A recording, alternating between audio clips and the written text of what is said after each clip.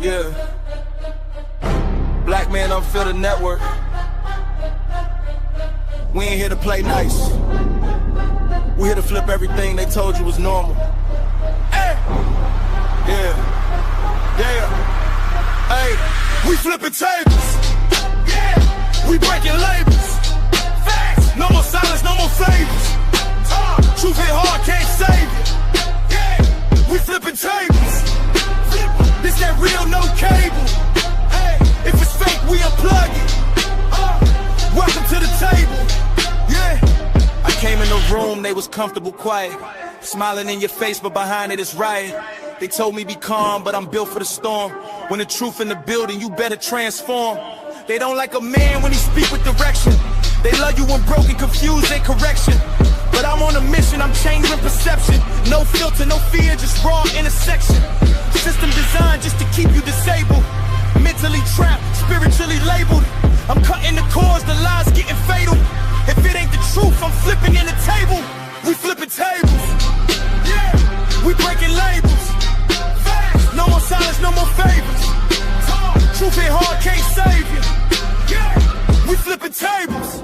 They said don't question, I said watch me. Too many men out here living sloppy. No guidance, no code, no structure, no lead. Now we wonder why families bleed. This ain't hate, this accountability. Look in the mirror with this vulnerability. Masking and frame with responsibility. That's what they fear, that stability. I'm calling it out, no sugar, no glaze. We breaking these cycles, we shifting in the phase. Legacy built, not lost in the maze. We done being silent, we entering rage. This ain't just a podcast. It's a movement, it's a reset. If it's built on lies, it gotta fall. We flipping tables, no fear, no fables. Black men rise, we stable. Now we changing the label. We flipping tables. Truth is non-negotiable. Black man unfiltered. This the voice they ain't controlling. Flippin Tables Podcast. Black man Unfiltered network. If it don't make you uncomfortable, it ain't real.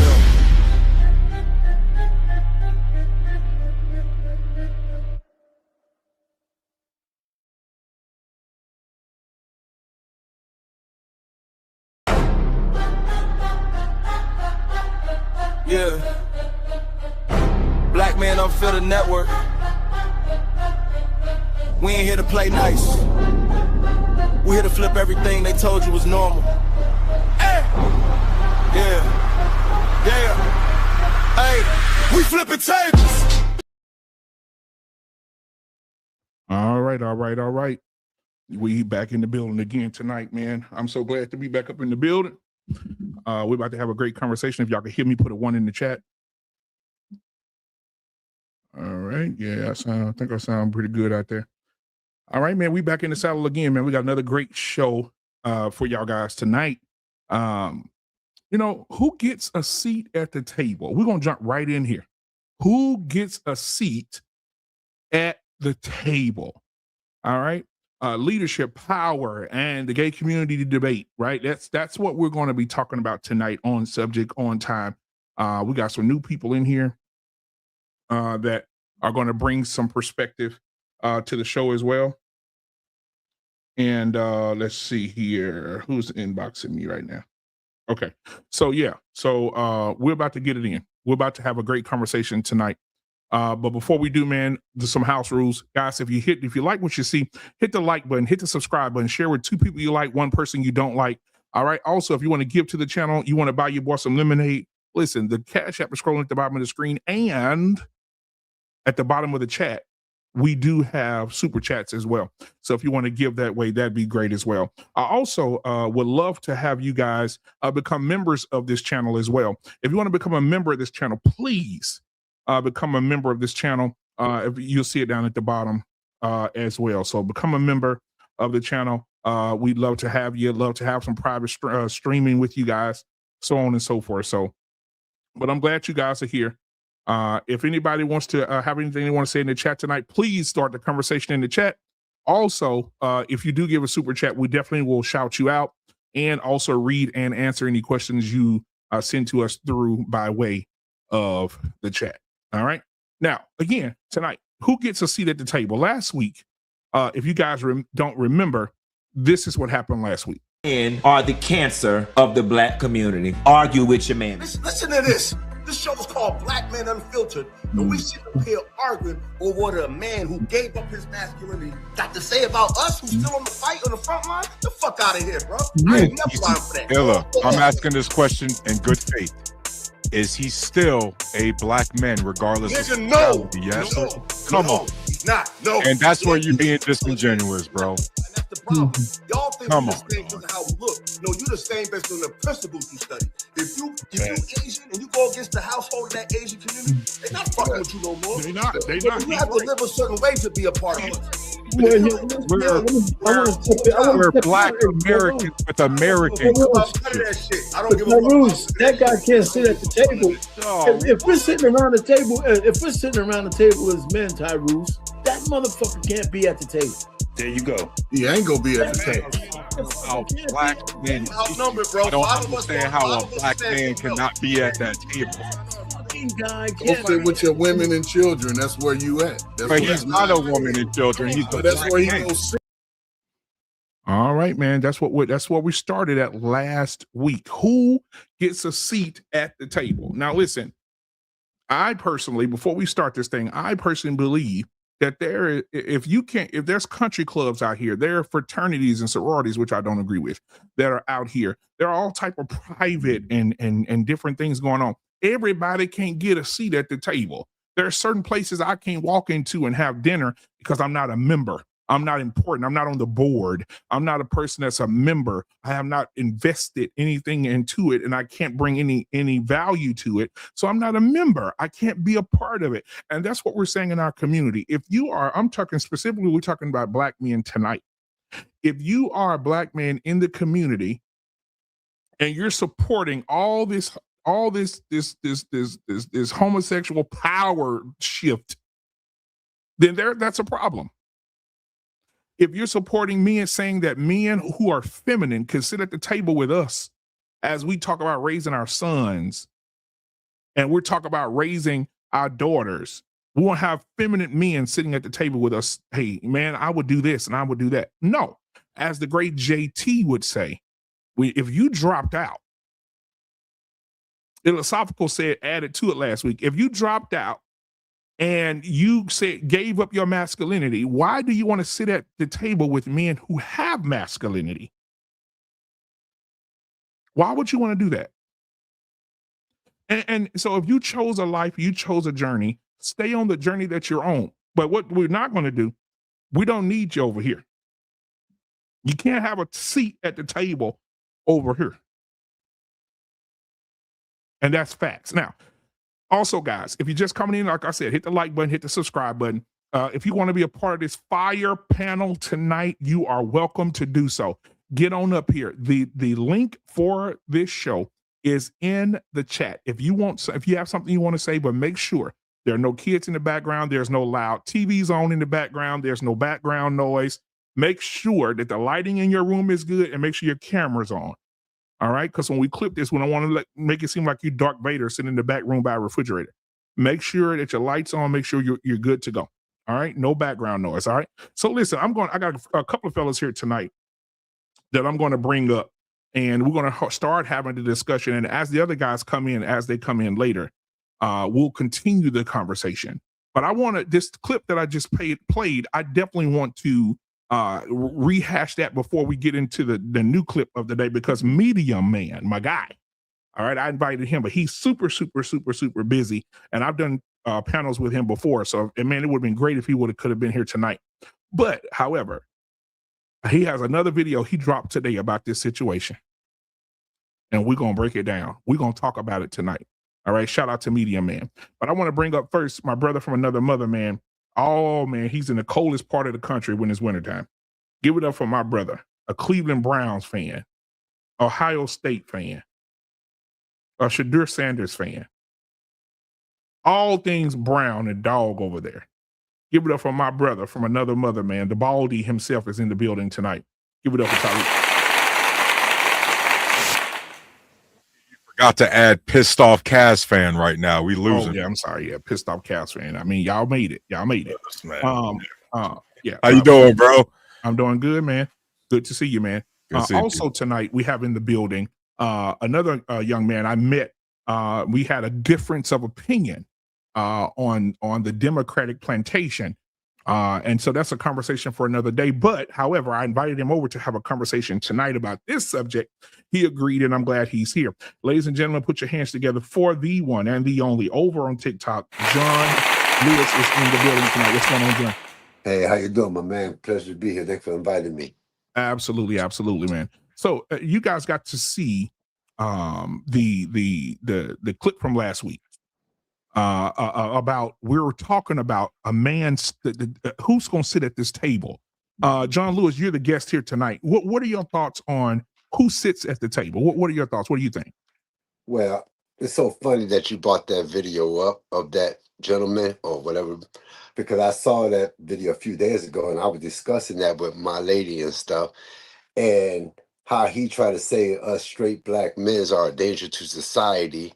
I thought was ridiculous and ludicrous of that. And I don't think that when you give up your manhood, your what you call being a man, what we said it as a man, then you don't have no right to sit at this table because you don't have no insight of how to raise a man or how to raise our children. You can't tell me how to raise my son because you're not even living as a man. That's where I feel about it. So I don't think they have a right to sit at the table or even judge me or even put it that in that form. Now, on the flip side of that, I think that Tyrese would disagree. Tyrese, what are your thoughts? What are your thoughts about the video that you were a part of last week and defending that? What are your thoughts looking back on it now? Yeah, looking back on it now, I definitely double down. I will state it again. I disagree with that. I believe his name is Funky Deneva. Yeah, that's how you say his name properly. I disagree with him trying to separate himself by calling out black men and then trying to backpedal and go to straight black men. No, if you're gonna call out black men, you're a black man yourself. Like I said, come on down. But I'm not gonna separate this idea that you get to somehow not be at the table based on your sexuality. Again, I'm doubling down on it. It's ridiculous. So you believe that if a man is homosexual, he can sit at the table with me and John and yourself and our pain and have a conversation about leading the black community? Yes. And how do you figure that? How do you see that? Because how could he can get in depth about being a man and the things that we go through when he don't want to experience the same thing that we want, or he want to experience what a female or what the opposite sex want to experience. He want to be like the opposite sex. Respectfully, John, is our experience as black men strictly relationships with black women, or is it relationships with everyone else, including law enforcement, the justice system, how we interact with our infrastructure, how we interact with people abroad? Like the last time I checked, he's talking about this stuff at a macro level. You guys are hyper fixated on something he's not even mentioning like that. Wow. Yeah, but he said, hold on now. He said that we are a cancer. Right, and we're gonna watch a video. Comedian Man really tore I ain't gonna say tore his ass up, because that's a pause. But Comedian Man cooked him real good today. R Payne sent it to me, and I told R Payne, because R Payne, I know he had already watched it, but R Payne, I saw this earlier. He was cooking. He cooked him because he's gonna break down what cancer is. What is a cancer to the community? And so my thing is, I believe if a man takes on another role, if a man says, you know what, like JT said, shout out to JT. If a man drops out of his masculinity and said, I want to be in femininity, I want to carry purses, paint my nails, I want to talk like a woman, I want to switch my hips around like a woman, you have no business sitting at the table with heterosexual men when you want the spirit of a woman. Well, that's such a illogical leap. Well, hold on. Let me chime in, because you guys are talking a little bit. Yeah, go ahead, Arvin. You know, at one point I agree with that. You know, he can't be at the table. He must be at the table so we could kick his fucking ass with logic. He's got to be at the table. He's got to be. He has, this is not a micro level, a macro level. on. This motherfucker made a statement with nothing to back it up, and he needs to be stripped bare. And so he's got to be at the table. This kind of sacrilege has to be met with head on, and you can't really get to a conclusion if that guy's not at the table being stripped bare. And see, also, so I know a lot of people masculine man wanting to strip bare a gay man, bro. Yeah, we're off to a great start. But the point really is, the question was, should he be at the table? At first, I said, nah, he can't be there. But it's too narrow, it's too shallow to say he can't be there because he's a butt muncher. Okay. The fact is, he's got to be at the table so his sacrilege can be confronted directly. And he has to be able to answer to what he said, because any black man, like the panda bear that came on and said front and center, that guy is even worse than the gay dude. All right. There's no way, with all the sacrifices that black men have made for the ones who take care of their families, for the ones who've done. I mean, we got a lot of black men who've done some great things throughout our existence. I know I have. We could just kind of roll them off. For him to say that we're cancer, I mean a cancer that needs to be destroyed and eliminated, is an affront. It's a real affront, and every black man who could identify with what he said, because a few black men do some crimes. First of all, I think those kind of men are idiots, right? Because you can say that about every community, right? So you can't, we ain't responsible for guys who are fucked up. That's what I'm saying. We don't internalize, and I'm going to end it here. Every black man who does something bad, I'm not internalizing what the fuck they did. I know I don't do that. I mean, why are we internalizing every black man who does some stupid shit? What we don't do enough is call it out. And that's because we follow the wrong kind of people. If we were more conservative, we'd be calling that shit out from the rooftops every time we see it. So that's my... Well, just to remind the audience and everything, just remember, guys, you're going to go panel to panel, stream to stream, channel to channel. And you're going to see black men being like, hey, we focus on the black women. Hey, we're focused on white supremacy. Hey, we're focused on this specific thing. Let's focus on this. And then now all of a sudden, a fellow black man calls out one of his own, and we're now like, well, what about everybody else? Like, goddamn, bro. Who said that? Well, I don't look at him as a fellow black man. You just did it. No, Come on, John. I'm going to get you here, John. That was the overall message I gave to Bruce. Come on. Hey, the question was, should he be at the table? And I said, yes, he needs to be confronted. But because what he said, you can't really, this doesn't alleviate the fact that we got bad black men. I mean, it is problematic. Listen, it's not problematic for the rest of us. Yes, it is. No, hold on. It's problematic for the people who do bad things. And the fact that the rest of us don't call it out. Therese, how are you going to fix a guy who's going to beat on his wife? How the fuck are you going to stop him from doing that? How are you going to do that? You're trying to talk to the next. I'm answering. You talk to the next You talk to the next generation, because that guy, unfortunately, is probably unredeemable. Would you agree? Yes. And how are you going to make him redeemable? But you can try to lower. You could try to do preventive measures to lower the decline of shitty dudes, right? So your assertion, like this idea that you shouldn't try anything, like no. I didn't say that. So your assertion is that black men who are upstanding aren't doing anything. Is that what you're saying? He's not even addressing good black men. He's addressing the problematic ones. We're addressing the problematic ones that we can redeem, and you got to go, what about the good black men? We're not talking about the good black men right now, bro. We don't have to. Hold on, hard pain. Guess what, though? Guess what, though? When you see what Medium Man does, I can't wait to see your face, Tyrus. Because this, when he went and got this, he'll argue with it. Yeah, he got the statistics, brother. And when we do the good man and the bad man, he's going to debunk that immediately. about this good man, bad man thing, and how men are looked at and perceived. All men, black men straight. Bro, So why are y'all so hyper focused on him himself? He said it because he is gay. What I'm saying is this, and I'm finna get John in here. What I'm saying is this: if you are sitting at a table and you're telling people in a camera that black men are a cancer, which is a serious word to use describing black men, black straight men. He was very specific, very intentional. He said black straight men are cancerous. So he's saying it in a whole that we all are cancerous. And if you don't, and let me say this, and I'm gonna say it because this is unfiltered. We black men unfiltered over here. Yep. So you mean to tell me the only man who has value is the man who suck another man's dick? Who said that?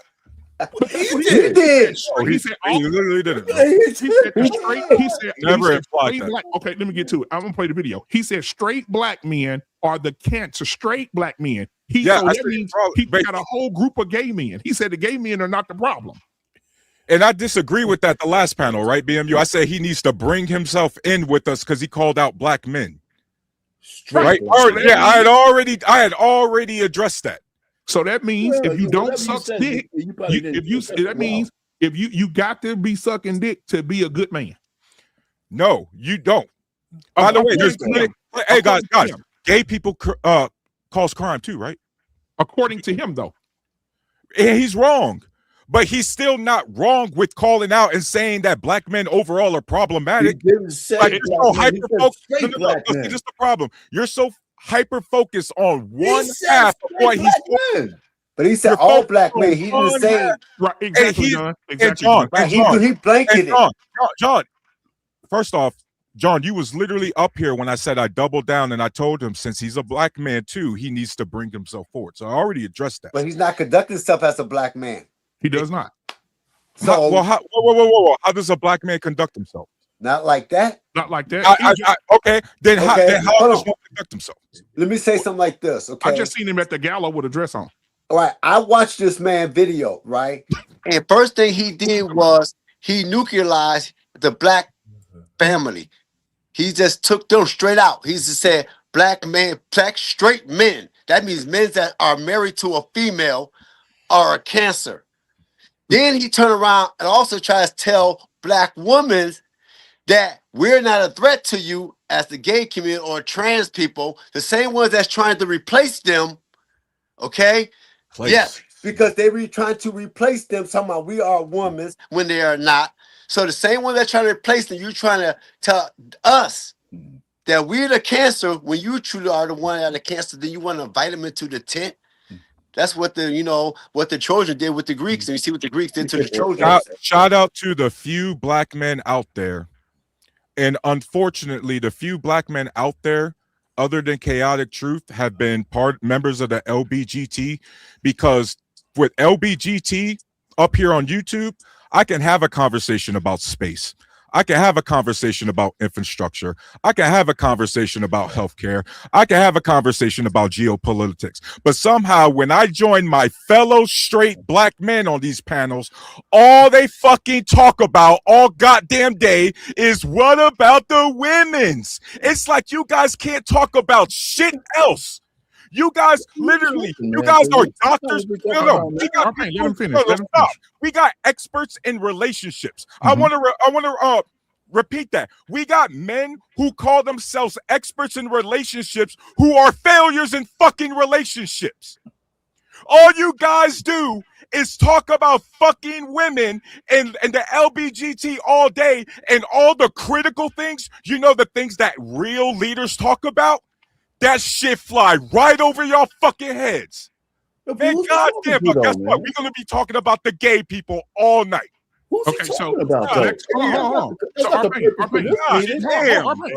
Arpain. You know what's funny to me, Arpain? Hold on, Tyrus. I'll let you get it out. You know what's funny to me?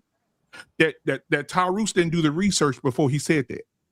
Because this gay man that we're talking about right now that call us a cancer, he's been on this for years. He was the man that was on Fox Soul that saying he was happy that Kevin Samuels died. He was the man that said he's been saying black men ain't shit for years. He's been telling black women Kevin Samuels is not a good person, by the way. He by the way, he died alone, right? He died a failure. No. Hold on. You said, are we talking about what about the women's? Okay, what about the gay men who are saying, what about the men's? All they doing is what about the men's? What about the men? The gay niggas are always saying, what about the men? Black women, don't date these niggas. Hey guys, y'all can sit at my table if you. Hey guys, y'all can sit at my table if you don't blame women for all your problems. Well, I'm number one. I don't blame women for all my problems, so I know that for sure. And me and this host will tell you, we have went the baby on TikTok. We're 25 minutes in. Sean, respectfully, we're 25 minutes in, and I haven't been able to tell. So it would be nice for me. It would be nice to not hear you saying.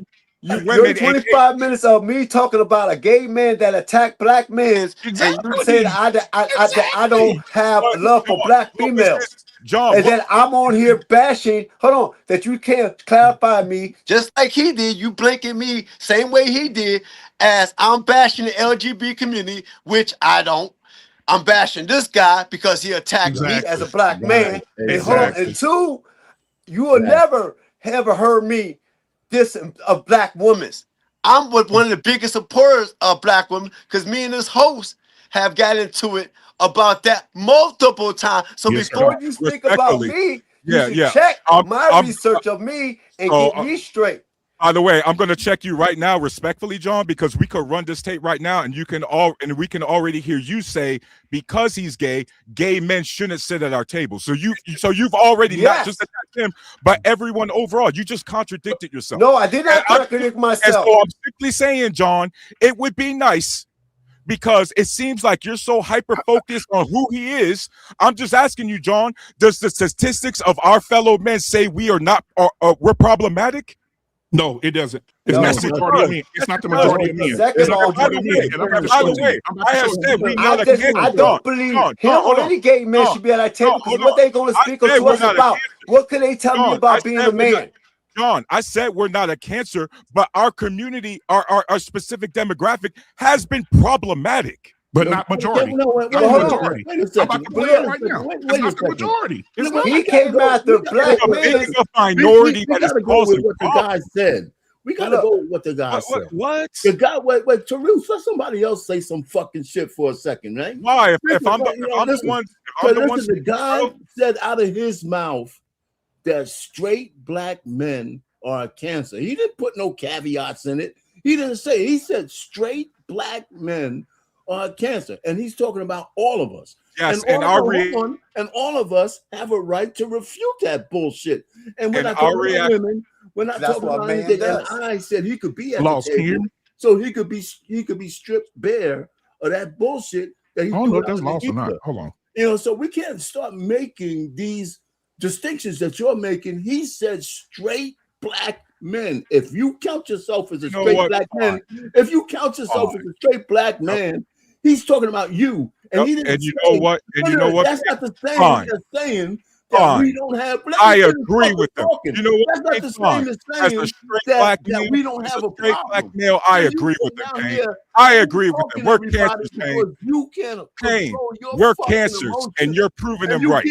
Hey, Kane, we're cancers, and you're proving him right. Men are the cancer. Black men are the cancer of the black community. Argue with your man. Ladies and gentlemen, it has now come to the time that we have a conversation. I have been saying for years on this show that black men need to have a conversation, black men alone. We have got to figure out what is going on with us. This is not something that black women can help us with. This conversation does not include black women. Black women, stand down and stand to the side. Black men need to have a kumbaya amongst themselves, and I'm gonna niche this out a little more. And it's heterosexual black men. I'm gonna catch a lot of flack for this, but I'm gonna say it out loud with my whole chest. Straight black men are the cancer of the black community. That's where it starts and that's where it stops. Ladies, I'm here to tell y'all something. All this shit that y'all got going on, some of y'all, not all of y'all, with the gays and with the trans, let it go. Your issue is not a trans woman. Your issue is not a punk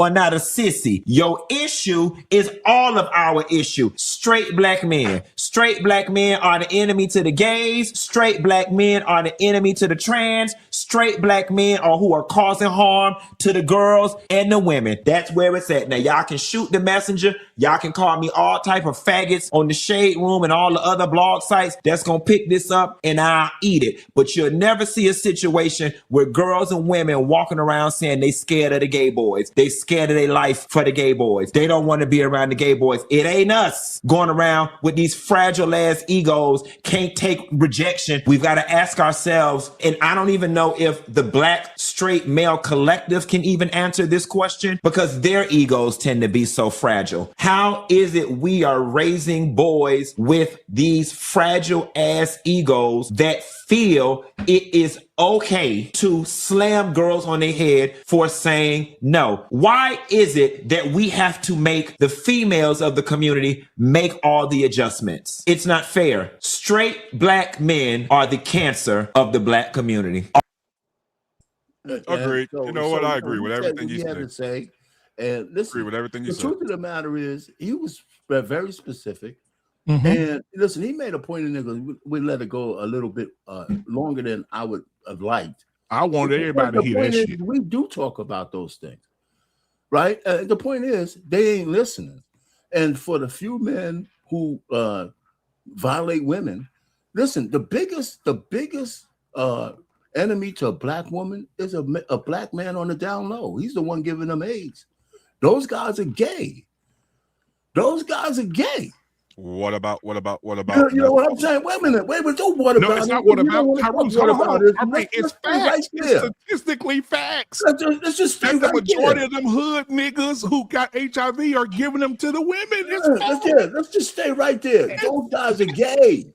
And then you look at the fact that you know how many videos and things I have seen where gay, trans men's, whatever you want to call them, have attacked biological females and whooped on them. Beat the shit out of them. Beat the crap out of them. Yeah. And this man to sit there and say black men are the cancers, when you look at the statistics, the white society are the ones that's trying to eliminate their rights.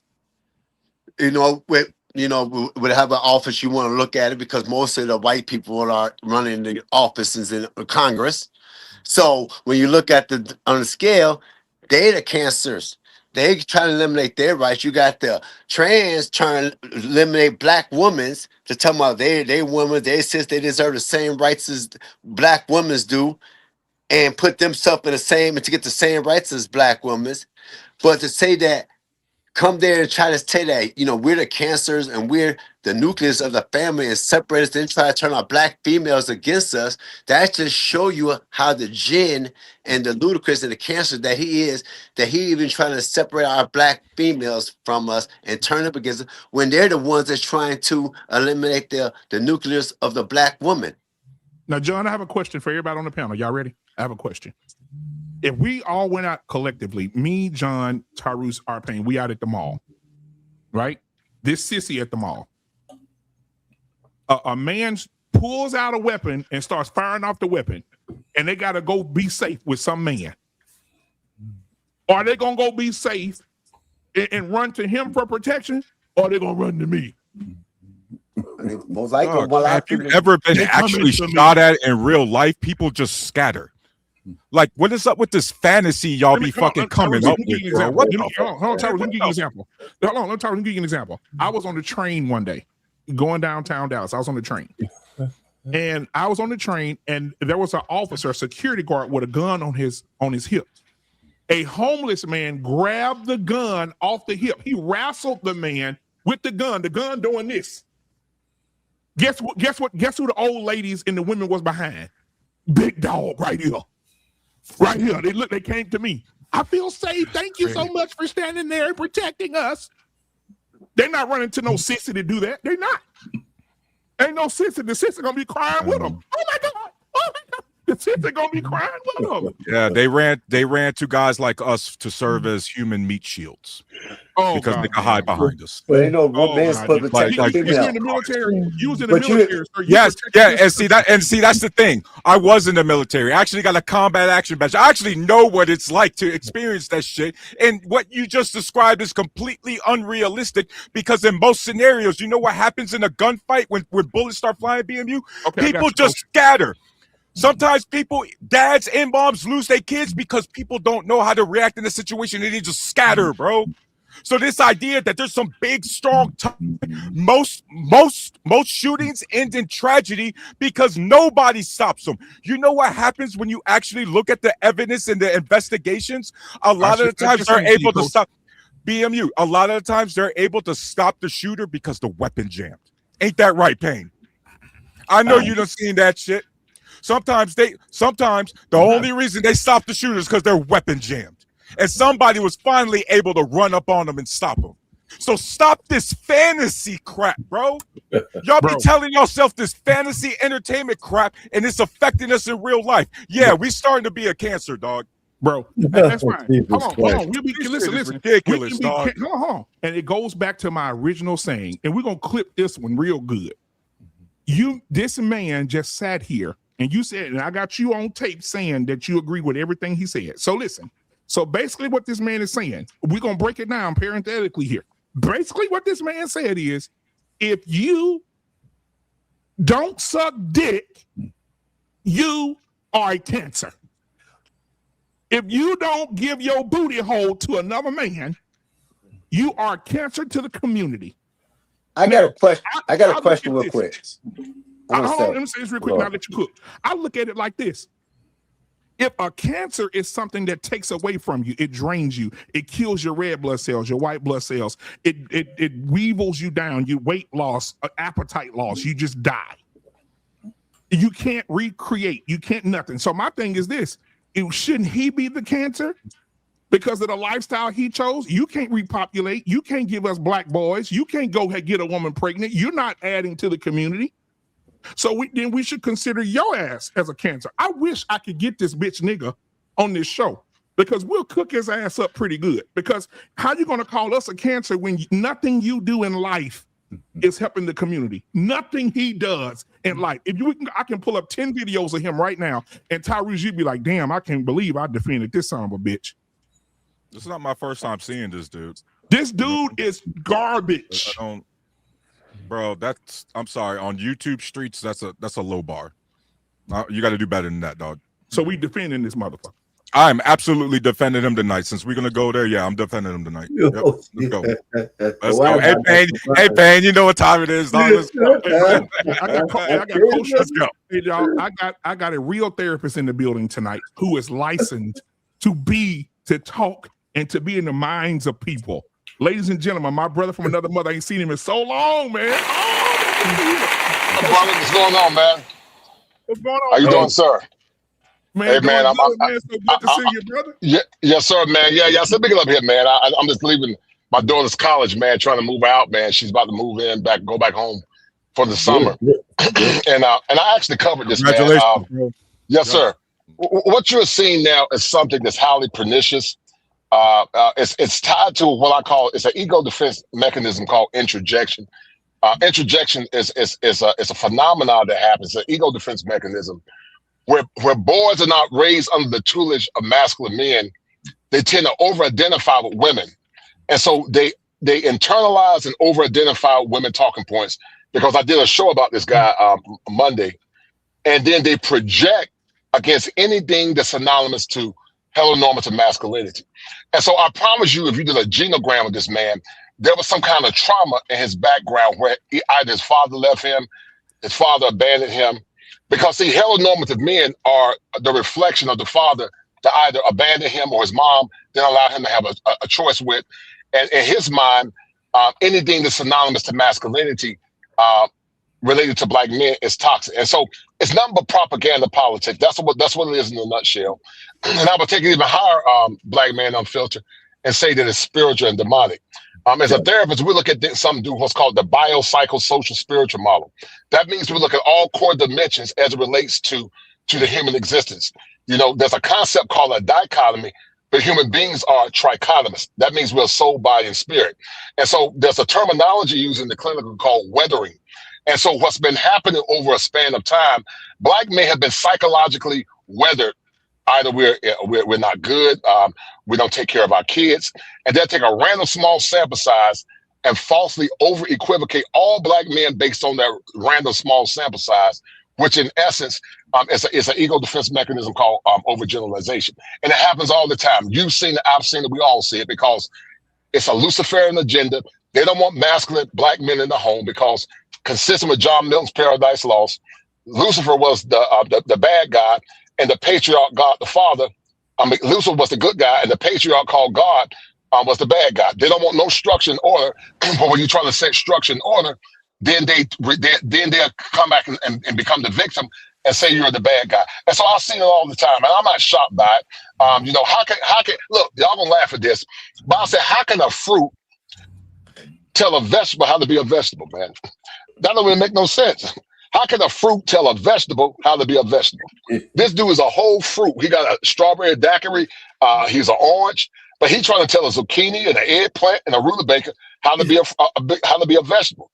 It makes no sense, and people love it because when you're being basically told you're the victim all your life, that's why a lot of women don't grow until they're around about 50, when their looks are faded, because a lot of women in their earlier stages are still suffering from arrested development.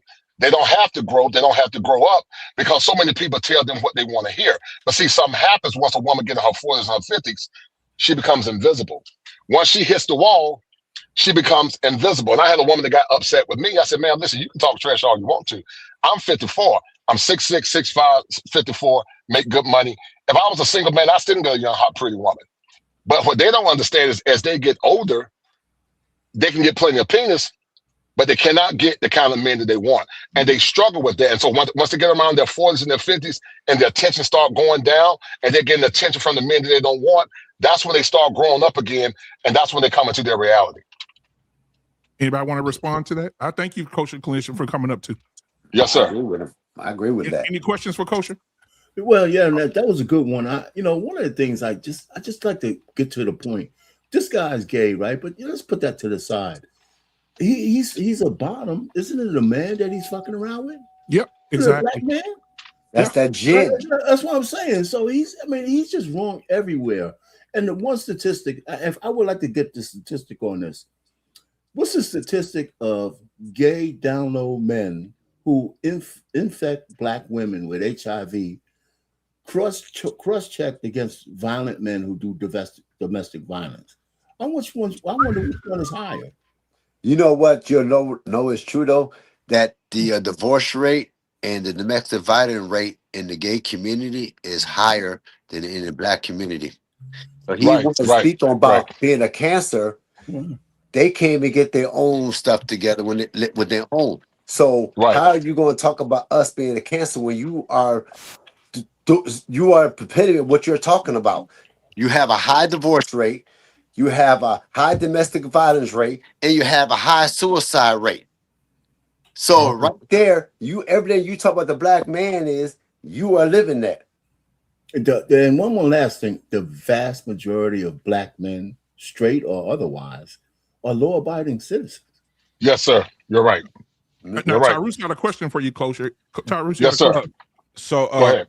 Coach, use the bathroom real quick. Coach, is that fine? Coach? Yes, sir. That's fine, brother. Yes, sir. Go ahead, brother. Yes, sir.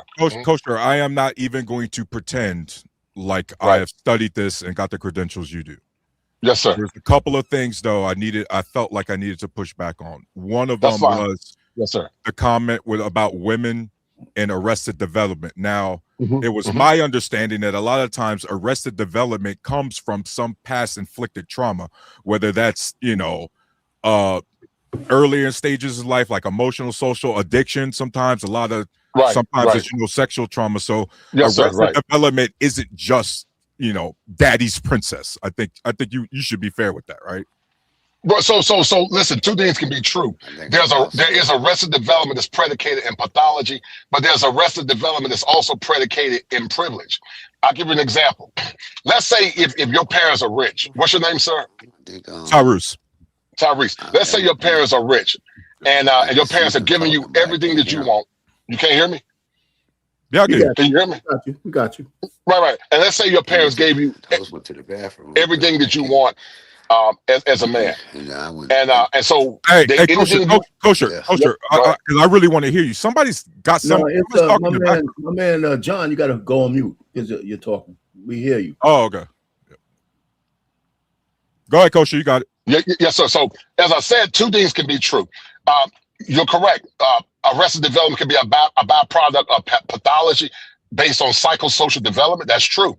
But arrested development from a more urban perspective, which parallels with that, can also be tied into what's called when your parents give you things outside of making you earn it, that can also give you arrested development. And that arrested development leads to a condition called entitlement. And not only entitlement, it makes you think you're better. Therefore, it does not push you to greatness. Think about it from this perspective. It's called affluenza, Kosher. Remember, that's the term they use. It's called affluenza when sometimes the kids, because of the parenting, don't know the difference between right or wrong. Just to give you a quick example, that kid in Texas that drove drunk underage, and then he only got like 10 years probation because they said he was too rich. Yeah. Right. And I'll take it to another level, brother. Think about the man that played in Archie Bunker. I can't think of his name. The drug addict. His dad was a star. He was Meathead on Archie Bunker. I can't think of the actor's name. And the son turned around and killed the mother and the father. But that's a form of arrested development because he was never given consequences. And so when you got women that are never given consequences, it can become arrested development. Not only, and see, think about it. You can traumatize your kids also by not holding them accountable. It's not always something pathological. A child has always been told they're special, they deserve the best, they've never worked hard for anything, and when they finally face reality, it's trauma on the back end instead of trauma on the front end. If that makes sense. And the last pushback I got for you is your analogy with the fruit vegetable one. Now, respectfully, they have last time I checked, other than sexual orientation, they're the same human male as us. And science says, again, that at least gay people specifically are born that way. So when even in your analogy, wouldn't it be more apt to be like a mutated apple versus a normal apple, if you will? Well, listen. There's a concept called junk science, but let me share something with you. I don't think they're mutated apples just because they're men. Are there some people that are born with proclivities towards homosexuality? Yes. Do I believe that basically what I've read said there is no science to say that human beings are born that way. There is science to say there is conditions that can make a person feel like they want to be with the opposite sex. But this is what I say. There are multiple things that can cause a person to have homosexual desires. Some people do have homosexual tendencies from birth. But having those tendencies does not justify the behavior. I'll give you an example. There are people that have tendencies. Who's saying they can't hear me? Somebody saying they can't hear me. No, can y'all hear me? We got you. Yeah, we got you. All right, so okay, all right. So you're having problems. We just put you on mute for a second, John. That's all. So I've always said this. Just because a person is born with those feelings, it doesn't justify the behavior. I've seen clients in practice that were molested. There are some people that start off that way and they grow out of it. But I'm not going to say there's a science that unequivocally says that there's a gene disposition or a genetic predisposition for people to become homosexuals. Now, if you were looking at it from a theological lens, theology said that we're all born in sin. Some people have a predicament for murder, for violence, for adultery, for all kinds of bad behavior. But it does not justify the behavior. As I tell clients, you don't choose the feelings, but you do choose the behavior. And so just because they have the feelings, there are some people that have those feelings, but they just don't act on it. So when I take great umbrage when a man assails heterosexual black men, and I'm not only assail heterosexual black men, he'll assail heterosexual black men with a lot of disdain and disgust. Because watch this. I was looking at Media Man's clip, and what Media Man had was this. There are women that know that some of these men are homosexuals, and they still run for them. Some of them, they are good looking and pretty. Some of these women still will sleep with these homosexual men. There are women that would try to turn out a homosexual male, just like there are men that would try to turn out a stud. But here's the problem. studs don't really carry disease, in my opinion, like a gay man can if he's sleep with men and then transmit it to women. So, from your psychological perspective, and hopefully you can clarify something from me. Yes, sir. Regardless of if you think people are born that way or there's a trauma, right? A young gay boy, a hypothetical gay boy, right? Just we're going to create one. Right. Is it fair to say that from your perspective, he could still experience institutional racism, institutional classism due to racism, right? Unfair redlining laws due to most black men losing the birth lottery, basically wrong country, wrong time. You get what I mean? Right. Aren't these still experiences that we as black men all relate to, or mostly can relate to and talk about, regardless of sexual orientation? That's an excellent question. So let me challenge you in a good way. Let me know when you're ready. I'm ready, sir. So watch this. A heterosexual black man's pathology and burdens and troubles and trauma is totally different, in my opinion, respectfully, than a gay black man. And I'm going to tell you why. Gay black men, a lot of the time, are like bald eagles. They're protected. A heterosexual black man or white man is not as protected. They have more rights and more protections, in my strong opinion, from what I've seen, than a heterosexual man. If a heterosexual black man, look at all the black men that get false allegations, paternity fraud, discriminated against because of their height, looks, or whatever, discriminated by urban names. Now, I'm not saying that gay men can get discriminated, but I will argue that they've been given such a platform in modern society that many times the world does not see them as a threat as they maybe see me, you, and other men. I'm 6'5", 6'6". Black man Unfiltered is probably about 6'1", 6'2", probably about 300 pounds. We're more of a threat. Women are hiding the purses. Yeah. We're more of a threat than a gay black man. I'm not saying he doesn't get discrimination, but I promise you he's given privileged status over heterosexual men because his struggles are not our struggles. They when they go into corporate America, a lot of times they get a pass. You and I being black men, we gotta dim ourselves to make other people feel comfortable. You know how many times I've been discriminated against and lost jobs, not because I did nothing wrong, because people told me I was articulate. They said that I spoke well. When I was at graduate school at UNC, I went through a lot of different stuff. I've lost jobs. I've been falsely accused. I've been lied on because people have told me that I'm intimidating. I've had white men tell me you're very eloquent in your speech. They say you're very erudite. And so, when I was in graduate school, somebody told me, they say you speak very well. But that's a microaggression in my opinion, because basically what you're assuming is that as a strong black heterosexual man, that I shouldn't be able to speak well. But as I said earlier, what you're seeing now is something spiritual. It's demonic.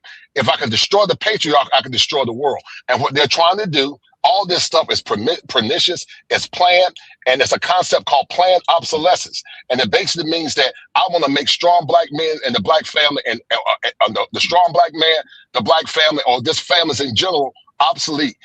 There's a concept in theology that says that when the men fail to lead, the children the children rebel and the women take over. And right now, America's under judgment because some masculine men won't speak out. Most people find it more expedient to be a simp than to be a masculine man. And so I take great risk when I go out and speak out against this because I am licensed. And what I'm saying is not necessarily PC, but I'm a man first. And that's what a lot of folks don't understand a lot of times when they see educated black men. They think you're an educated lame. Now I said, no, I'm a man first. And if you get in my face, you might get hit in your mouth because I worked in law enforcement before I became a therapist. I worked in law enforcement. I taught school. And then I got my master's years later. But they assume because, he's a therapist, he's a lame, and I'm a no, you're not going to disrespect me. You ain't got to agree with me, but you ain't going to get in my face and disrespect me because you might get hit in your mouth. So, Kosher, that's where I stand on that. Yes, sir. Go ahead. Here's where I'm struggling with because it's, again, I'm actually kind of familiar. I know you're legit, right? Yes, sir. The same microaggressions you've experienced, I've experienced. Yep. I know you've heard the, oh man, Kosher, you're not like the others. Yep. What the hell you mean by that? Yep. Right? Isn't that a sign though that gay men can experience those same microaggressions simply for being gay? And then on top of that, they still got to deal with the microaggressions of being a black male on top of that. There's a duality there. Yeah, so let me reiterate. I'm not saying that gay men don't go do some things. What I'm saying is that their plight is not as arduous as ours. I didn't say they didn't go do things, but I tell you what, watch this. Let's say you being a heterosexual, strong, masculine black man, go into corporate America or go into an environment that's mostly ran by women, and you're a masculine man, you're assertive, you speak truth to power, versus a gay black man of the same ilk. Who do you think they're going to get the job to? Who do you think they'll get the job to? I've seen that happen multiple times. The straight black man. They're going to get the job to the gay guy, and they're going to get the straight black man hell. Once again, there is a planned attack to destroy the image of men. You got men that haven't been born yet. Some of y'all got sons that 12, 13, 14, 18, 20 years old. They ain't bothered nobody. And they put those same children and those same young adults in the same cluster of the small percentage of black men that's causing chaos in the black community, man. You know what, culture clinician, I have daughters, right? And the oldest daughter I talked to was talking about this trope about how men are real dangerous and black men are real dangerous. Yes, sir. Right. Well, it's true that there's black men out there that's dangerous. It's a dangerous world. You can't make it go to zero. Yes, sir. Right. I said, one of your best first examples is me. Right. That's right. Yes, sir. Your mother. Yes, sir. Right. Right. Do anything that will put her in danger other than take care of her for her whole life. Yes, sir. Right. So you have firsthand experience that whatever they say out there is just not true. Yes, sir. You're 100% correct. I'm not unique. You know what I'm saying? There's plenty of men. Yes, sir. Yes, sir. Families. And so yes, sir. Yes, sir. So I just wanted to get that out there. Well, listen. Let me add to what you're saying, because what you're saying is very paramount. There's a concept that I created called schema afflictions. A schema is a byproduct of an intervention called cognitive behavioral therapy. So a schema is based on a core belief, and sometimes those schemas are not necessarily based in reality. But then there's another concept it's called schema affliction. And then there's another concept called paranoid persecution. For every black man that they think is dangerous and they'll trust a bear, there have been many times those same black men put their lives on the line. The man that ran into the house to protect his children when they were about to get born, when they were about to get burnt, black men that die in war. We've had scenarios over and over and over and over again where many men have always put their lives on the line to secure, protect, and sometimes even sacrifice their lives for children. The black man that got drowned in Houston, Texas, that man died for the sake of preserving women and children. During the Titanic, men historically have always protected women and children. Now watch this. Is there a small percentage of men that can be dangerous? Yes. But based on what they're trying to project and assume, as they were trying to associate black men with femicide, it's not based in data and statistics. Now watch this. It gets deeper. The greatest danger of a black baby is in the womb of a black woman. So you need to get scared of the women that's carrying children. Because I promise you, if you look at the numbers between a black man that's complicit in femicide versus a woman that's complicit in the fanticide, I promise you the numbers are nowhere near the same. No doubt. But what it is, women have a natural fear of men. It ain't no we can do. That's why they want softer men. That's why homosexual men tend to get into the enclave better, because they are less of a threat. But somebody like Black Man Unfiltered or myself, and we talk loud, they get scared and they get intimidated. I've had men tell me, they said, lower your voice, make your voice softer. Yeah, me too. Am I talking right? A Black Man Unfiltered? Yes, sir. Yes, sir. I'm not gonna make my voice soft. I'm a man, and so that's why I say, young brother, that the gay black man has more opportunities than the heterosexual black man, because the gay black man is a protected entity. He's like a bald eagle. I jokingly said that the gay black man has more rights than the bald eagle, because at any time he could cancel you, but we can't cancel a gay black man. At any time a gay black man can cancel you. But how many times can you and I and the brothers on this panel cancel a gay man? Think about that. The channel will get struck down. Yeah, no doubt. Absolutely. But man, Bandit Attorney in the building. The attorney came up here. Bandit Attorney, he didn't get a chance to say anything. What's going on, my brother? Good evening, y'all. How's everybody doing? What's happening? Pretty good, man. Pretty good. So you've seen the clip of the man saying that we're cancer, correct? It's been everywhere. Absolutely. So what are your thoughts? I think it's mostly based in the black woman's, I guess, dissatisfaction in the product they're getting from the black men. And they are chalking up being dangerous. So they're saying, "Oh, they're dangerous. They're not doing what we want." So like it's an extension of the Klay Thompson issue, where they're saying that, hey, this is what's going on, and these men are not acting right. So I've been asking, what is this thing that we're doing wrong to the women? If you want to say cheating, but they acting like that we just running around, running amok, and I don't think it's that. What do you think it is, Kosher? You want to answer that? Well, listen. As I said earlier, once again, I believe this thing is spiritual. I believe it's spiritual. I believe there's a demonic attack on masculinity and also a demonic attack on families. But what the gentleman was saying about these women, okay, let's say if what they're saying is true. Let me tell you what I see many times in my private practice talking to men. There are men right now, black men unfiltered, that can't see their kids. They can't see their kids because the government have given women power over men. There have been many men that have been complicit in false allegations. Those women are dangerous. There have been many men that have been complicit in paternity fraud, where they got to take care of somebody else's kid.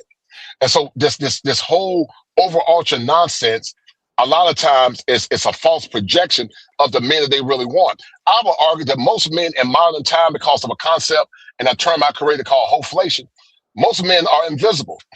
Most men are invisible to the average woman. There are men right now that I know right now that are plumbers and electricians, and they're good black men, but they are invisible to the average woman. I even sample women sometimes and say, you want to give a man a chance that he's a plumber or electrician? They won't give him a chance. They look down on those men. Those men are invisible until they get used up, ran through, and then they want to come back and charge you the whole tax. They want to charge a strong, solid brother the whole tax, but get mad at you when you charge them the lady tax.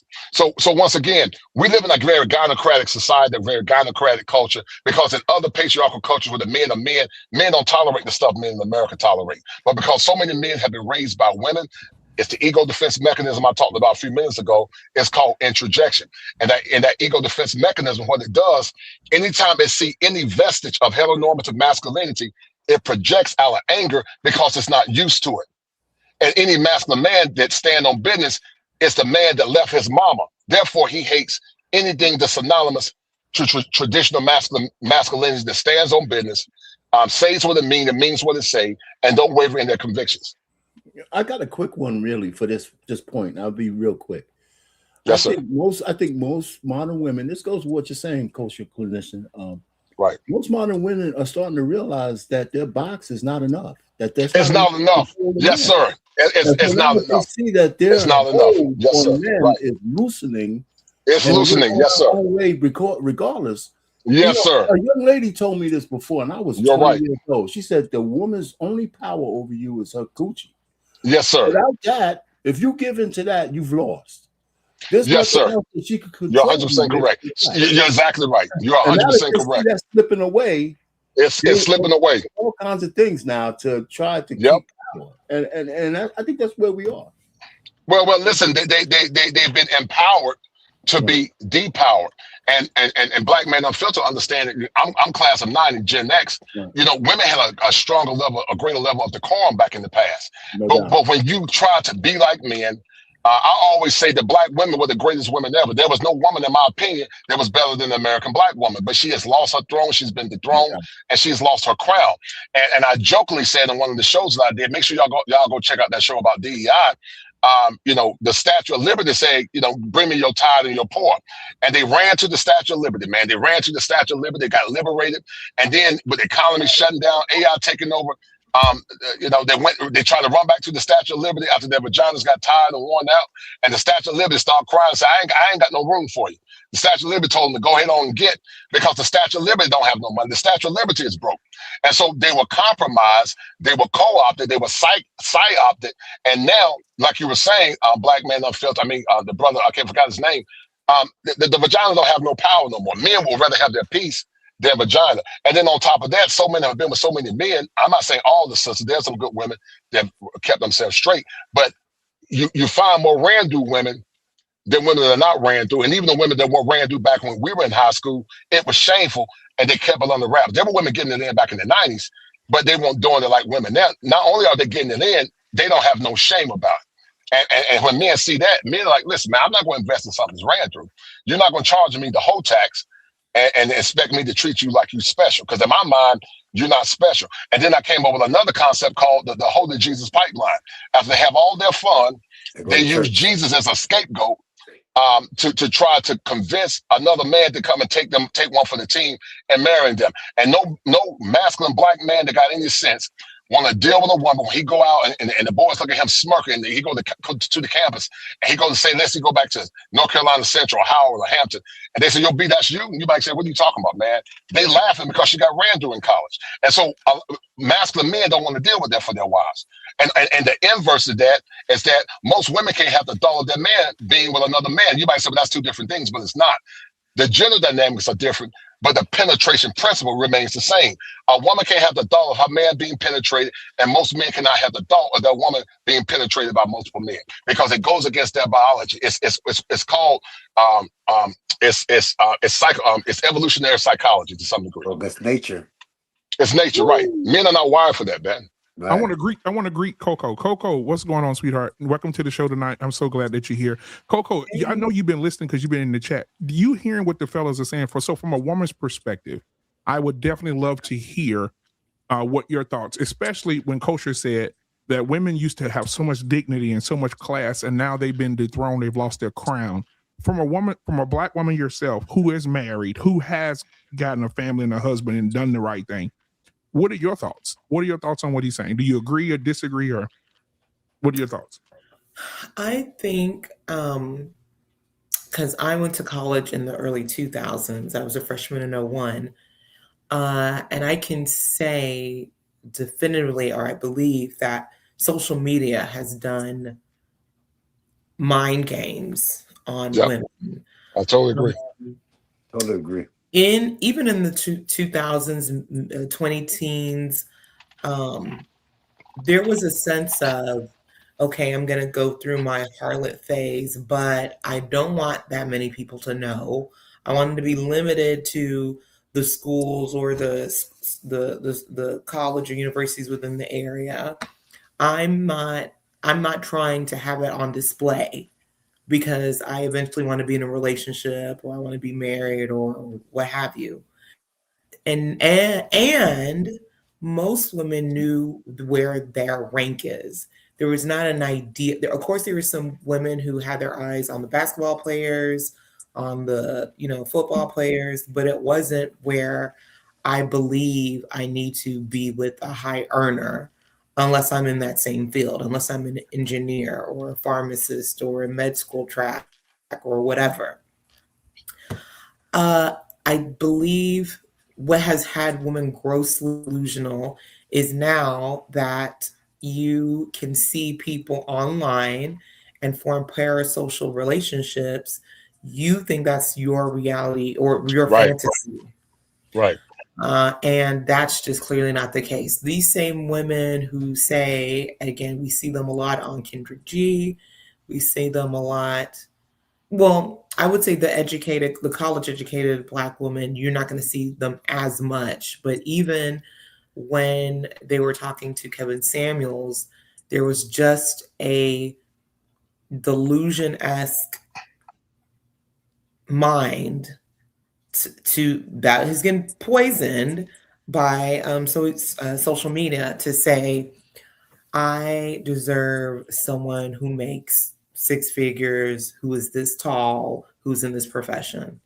Because it's not even just about money, it's also about class, because there's a lot of contractors, plumbers, electricians, own their small business that are making good money, really making better money than some of the entertainers that you see that are just broke and fronting or scamming. But most women, again, because it doesn't fit the aesthetic that the dominant culture is portraying as something to aspire to, they're just going to ignore these men and not really have it hit them until, like the brother was saying, late 40s, early 50s, where they were a man. And because they were treated They have no choice but to share. They have no choice. Yes, ma'am. Right. You're 100% correct. And some, Coco, that a lot of women don't understand as well. Listen, we understand that people have a past, but a masculine man that's about to put a ring on your finger. I was listening to the lady. I can't think her name. Name Fontaine, I believe. She's actually. I did a short Sarah, and that short is going viral, and I added some music to it. Most men by nature want to see their woman with as low as body count as possible, and all this BS about women talking about going through a whole phase. Like Sarah said, if you had a lot of fun, you might not lie, because a lot of men, if they're serious about making you their wife, some men will ask, but men have been conditioned not to ask. But my logic is this: it makes no sense. If you're going to be my woman, I'm going to ask, and I'm going to take it to another step higher. I'm going to make you get a lie detector test, because if I'm going to invest in you and make you my woman, you're going to have to get a lie detector test. And I'll pay for one of them, and you're going to pay for it. And that's going to let me know how serious you are about this marriage, because I got too much to lose. Y'all laughing, I'm dead serious, man. Because one of the greatest disrespects for a man is when he go back on campus, because I went to North Carolina Central undergrad, and I went to Carolina grad school, and I got my degree in law enforcement from community college at Pitt. I went to school to be a cop. I have 3 degrees. But ain't no masculine man want to go back on campus and the brothers laughing at him because they had their fun. And see, what sexual revolution did, the sexual revolution lied to women, and they never asked men what they wanted. The world always assumes what men want. But I was telling people, I'm thinking about writing a book called Black Love Without Consent. We never asked black men what they want. So guess what my dad got when my mom died last year. My dad is 82 years old, going on 83. Most men of that generation got a woman that was a virgin, wife ready, no kids. That man didn't mind paying the gentleman tax. But you got chicks now that got multiple kids by multiple men, and they want to charge a man a whole tax. But then when the man turned around and flipped and said, "No, I'm gonna charge you the lady tax," they call it misogyny. But see, what's happening, like the brothers were saying earlier, men are becoming immune to that. Men are beginning to wake up because of social. Say it again. Men are smart. You see those women a mile away. Women. We begin to see. I gotta interject. I'm sorry. I gotta interject. Right. Once again, we have proven Funky Geneva correct. We can't stay on topic. And then now we're somehow, this topic has turned into women got to understand. Literally called it out the gate, man. Well, we got to like here we are talking about the issues that's specific about us. And we literally went to, well, the fucking women. Like this is insane, man. It's like, no, bro, because we always, as black men, want to talk specifically about issues when we're talking to another demographic. But when the moment the spotlight is on us and it's someone like us, another black man calling out is, well, what about this? What about that? What about that? Come on, man. Okay, so Tyrus, let me ask you a question. Did you grow up with your grandparents? Yes. Okay, I grew up with my grandparents as well. I had a really, really dark-skinned grandfather. Probably was the same color as Kosher. My grandmother was a brown skin, just like me. She's short. She's still alive. He passed away, right? I got an opportunity to have these conversations with them.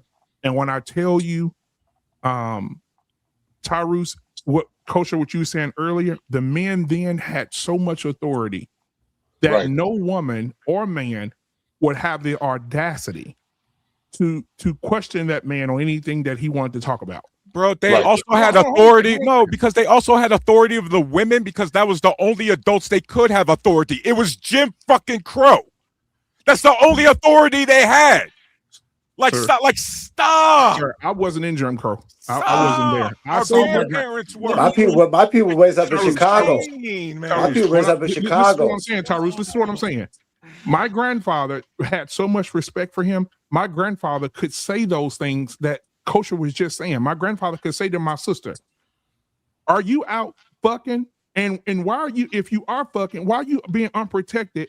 And why are you doing this? And why you," like, he would be direct and blunt. He would not hold back on my sisters and my brothers. He would not hold back on me. Whatever he said it. If my grandfather spoke a word in the house, it could be 20 people in there. When he spoke a word, the house was quiet. Everybody respected him. There was no disrespect. So it was never no, he could say, what about this? What about this? And people would have an answer. People would respect him enough to say, okay, well, we're like this. He had the qualifications, BMU. I've heard your multiple stories about your grandparents. The difference between your grandparents and a lot of the men today is that your granddad had the resume to back it up. A lot of these dudes want all the accolades of a leader without putting in the fucking work, BMU. A lot of these dudes want all the fucking glitz and glamour and gold that comes with being a leader, but the moment it's time to actually have a resume and have the management necessary to be a leader, all of a sudden that's just too hard. Now you getting off topic. I'm sorry, bro. This shit is sad. But now you getting off topic, Tarus. I'm talking about black men right now, bro. I'm on topic. Yeah, right. But I'm saying, but that's not the topic. But the topic tonight is about black men. Right. Is me not having a resume what making me dangerous to black women? You not having a resume is what makes you hard to be considered a leader. No. Yes. What is Coco, they said that we're dangerous, and you said, "Oh, we don't have the resume to be a leader." It has nothing to do with being dangerous, bro. You could be. By the way, the whole dangerous thing from that standpoint is irrelevant. You could have the resume or not and still be dangerous. Right. But at the end of the day, when you guys are mentioning when you're mentioning leadership, Bandit, when you guys are constantly talking about relationships, that's what I mentioned, the leadership aspect. Because you guys always say you're the leaders of the household, or we want to be the leaders of the household, but then how are you leading the household? It's the same. Bandit, let's be clear, because I've seen multiple people on this panel talk about a program, and then when asked specifically what their program is, so let's put a clock over Tarus's head to see how long he's gonna spend off topic. Okay, bro, you see how I'm able to talk about us as black men, and I would love to talk about us as black men. No, you're not, bro. Like this you're talking about a program. Bro. Man, what was the resume? I'm talking confused. about the women. Hold on, Tyrus. Hold on just a second. I'm trying to talk about us and what makes us. Hold up. I'm talking about what the black woman is unsatisfied with about black men in relationships. What makes us dangerous? What makes us the cancer to the the black community? And you saying could be the gang violence, could be the incarceration rates. Then let's talk about that. Okay, now hold on, Coco. What makes black men dangerous? You spent your time talking about leadership. Yeah, and you spent your time whining about the women's. Hold on, Tyrus. Well, we got a woman on the piano. You first started yapping. Tyrus, we got a woman on the piano. Coco, what are your thoughts? What makes black men dangerous to black women, Coco? Can you? And then I know you shook your head a few minutes ago, so you can respond to that as well. Then John, you can go after her. Go ahead, Coco. Well, I'm just confused. I'm sorry, I don't know if it's Tyrese. Tyrese, what is your point? I'm trying Tyrese, excuse me. Tyrese, what is your point? That's what I'm trying to understand. You're saying that the focus should be on black men. To talk about black men about were you watching since the beginning? Let him finish your question. Go ahead, Coco. I wasn't watching from the beginning. No. Okay. So at the beginning, this whole panel, by the way, is started by a panel we had last week talking about Funky Deneva and calling out the black community and the problem that people have, including now, about him, how he shouldn't have a seat at the table because he's a gay black man. Exactly. Despite the fact that this gay black man called out problematic behaviors amongst black men in the black community. And we're literally reacting to that, Coco. And so the point of the whole thing was, how are we not able to stay on topic about the issues that are affecting us? And instead, we keep on talking about gay people, and now we're talking about women. You see how we're talking about everything but black men specifically? That's the entire point. Hold on. Hold on. What are the issues that are affecting us? I literally just said we still got a problem with incarceration rates. We still got a problem with gang violence. As a matter of fact, we still, unfortunately, Coco, We had stores like, I think it was Target or CVS that had to close down, and it wasn't because of gay men, Coco. It was because of straight black men who can't act right. You see, unfortunately, Coco, I'm answering. No, Coco, I'm answering your question. Remember, we have a problem. We as black men have a problem with contradictions, Coco, because a lot of us black men will have the cross tattooed on a part of our body and then go out and do a gang shooting. We'll have what percentage of adult black men are incarcerated? High enough that is the problem. High enough that is part of a single mother. The percentage means a number. So what percentage of black men are no, I know the answer. That's why I asked the question. What percentage of black men are incarcerated? You tell me. I don't have the book in front of me. It's higher per capita than any other race. No. That's not the. You're not. Hold on. Please. It's less than. Wait. It's less than 1% of black men that are incarcerated. I'm not talking about per capita. I'm talking about looking at black men in total. Right. So the ones who are incarcerated are not the problem. It's not the majority of black men who are incarcerated. Coco, you see, no. You see, now I have to cut you off because you did it again. We're literally talking about multiple aspects, and you're so hyper focused on one. You tried to just act like I was like this was the only problem. I said there are multiple. Coco, respectfully, we could run you 30 seconds back. You're wrong, no. You're absolutely wrong, man. The gay guy said that all straight black men. He said all straight black men are a cancer. He didn't say this portion, that portion. You're the one. Yes, bro. Us straight black men are a problem. Are problematic. We are absolutely. Yeah, I told you, Payne. I already told you I agree with him. Payne, I already told you I'm agree with them. And we don't live in a vacuum. Yeah, we don't live in the fact that man's experience is not an experience in a vacuum. We don't live in a vacuum. Yeah, you guys are arguing with the only one trying to be nuanced up here. Okay, we don't live in a vacuum. Yet you guys are arguing with the only one trying to be nuanced up here. Make it make sense. Respect and let me make it make sense. Say all the shit you want to say. Crazy. Listen, we can make up every affliction that black men have. And it's just a percentage on Funky Deneva, whoever you are, whatever your resume is, bro. Unfortunately, you're right, dog. This is control your emotions, so I can say what I'm saying. I don't.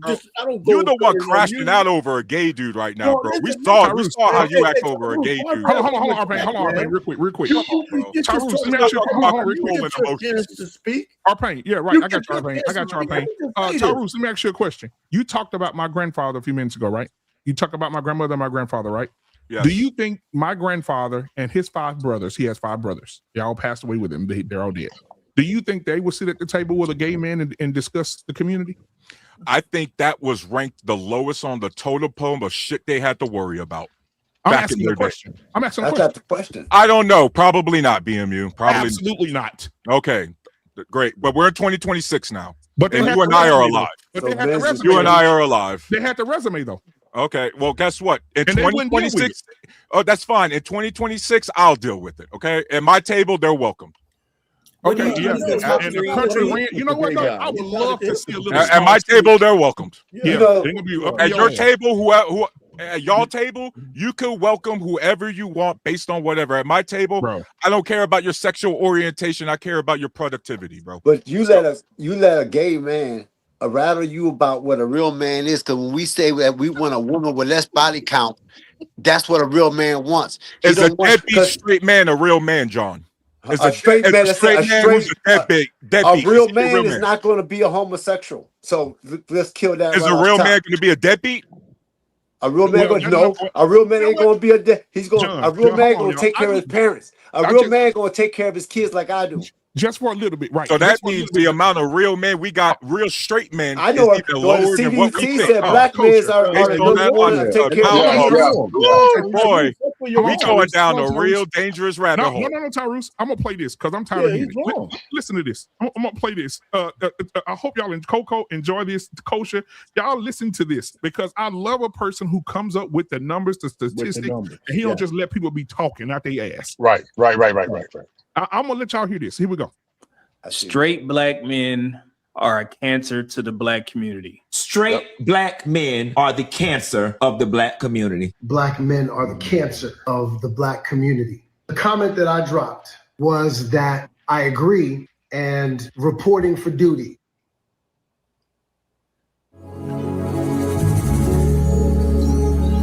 Brought to my attention some dude obviously looking for attention, so I won't mention his name. And honestly, I appreciate it, because what that tells me is this: there's an awareness that if Black people are directed to my platform, they're going to encounter something very different from the typical conversation. They're going to see a body of work that is rooted in data, context, and balance, a platform that holds everyone accountable while also ensuring that Black men are accurately represented, not broadly mischaracterized. So when my name isn't said, I don't take that as disrespect. I take it as validation.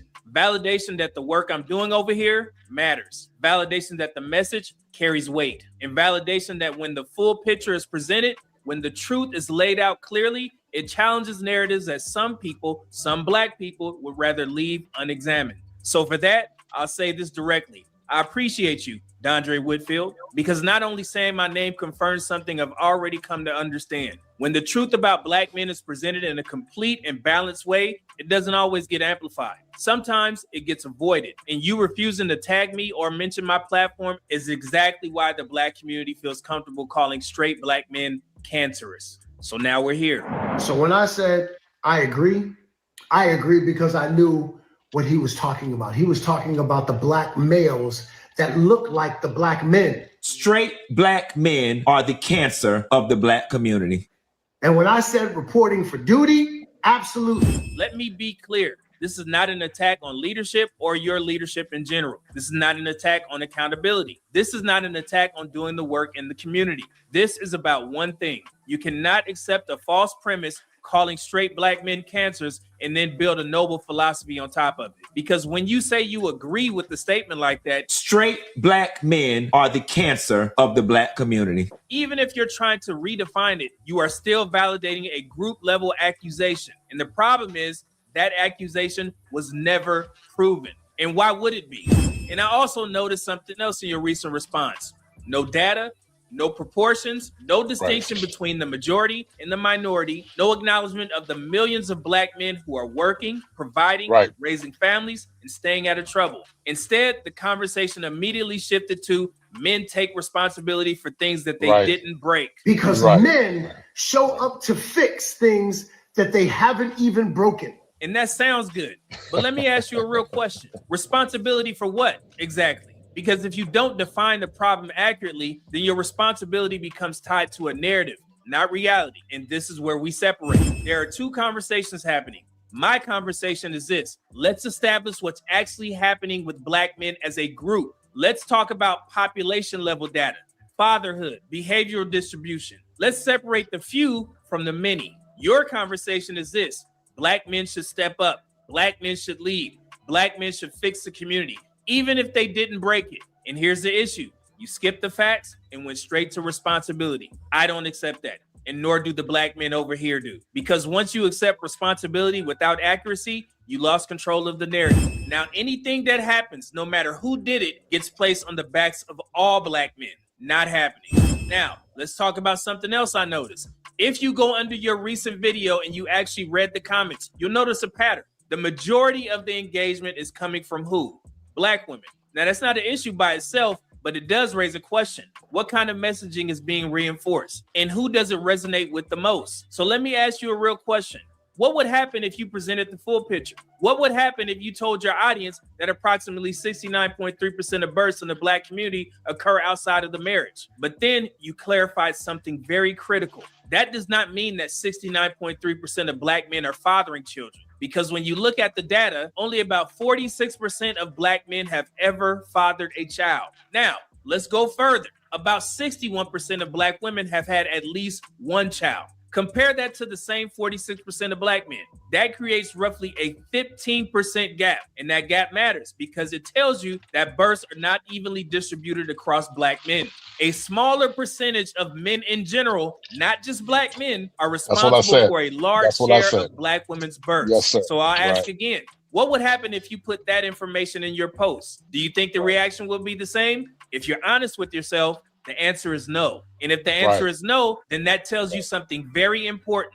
Your platform is not just about truth. It's about which truths are comfortable to present and which ones aren't. Let me give you another example. What if you challenge one of those long-standing narratives in our community? The idea that black men are overwhelmingly deadbeat fathers. Have you actually looked into that? Because when you go into the research, especially reports from Bowling Green State University, you will see something very different. The National Center for Family and Marriage Research at Bowling Green State University looked at fathers' residence patterns with their children. They found that 55% of black fathers live with their children, and another 18% have both resident and non-residential children, which means the majority of black fathers live with their children 100% of the time and are actively participating in raising them, whether they live with their children or not. Woo! Well, that's just fathers reporting on themselves. Okay, fair point.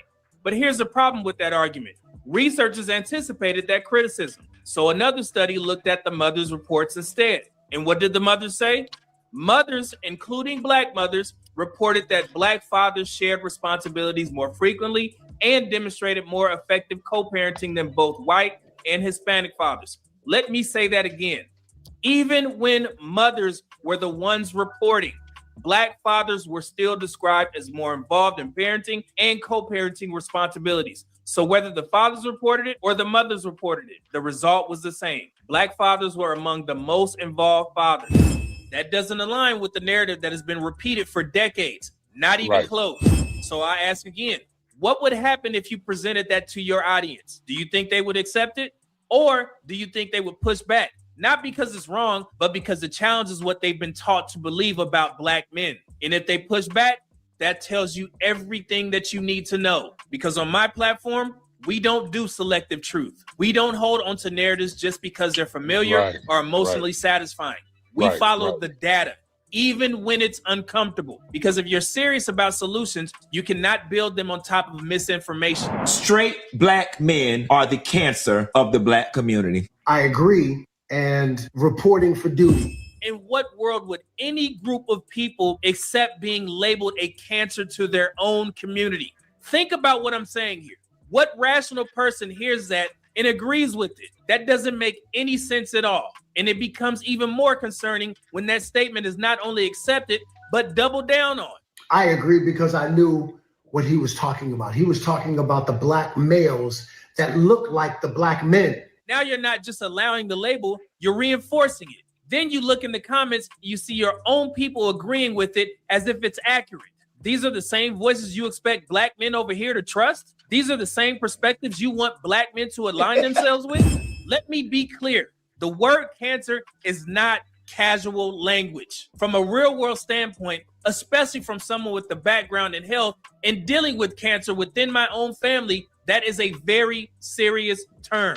Cancer represents something destructive, something invasive, something that needs to be removed. So when you apply that label to a group of men, your own black men, you are not making a critique. You are making a dehumanizing statement, and I'm not here for that. Do the work in the community. Absolutely. Lead, mentor, build. We agree on that. I'm doing that as well. I've served 20 years in the world's greatest Air Force, and within those 20 years, I have never heard anything more egregious than someone saying that straight black men are a cancer to their own community. And I want to be clear here. This video is not to go back and forth trying to prove who's more qualified. That's not the conversation. The conversation is this. Where is it acceptable for a group of men to agree that they are a cancer to their own community? Because I'll tell you where it shouldn't be acceptable.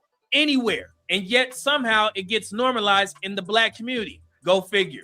That's not leadership. That's not accountability. That's a failure to challenge harmful narratives. And at some point, we as black men, as black leaders, we have to be honest about that. Why the hell you think black women got this outlook on black men right now? Because we accept harmful narratives about ourselves, such as straight black men are the cancer of the black community. Because accepting language like that and encouraging others to accept it, that's absolutely not progress. In fact, it's embarrassing. It's embarrassing to black men. It's embarrassing to black leaders, black fathers, black sons. And before I go, let me address this clearly. This video made its way to me because someone sent it to me. Both videos were sent to me. I wasn't following you. I wasn't looking for your content. So this is not clout chasing. I'm responding because the message reached me and it needed to be addressed. And I also understand something. The majority of the black community may not accept what I'm saying here. I'm fully aware of that, but that has never been my goal. I go by the rule of 10.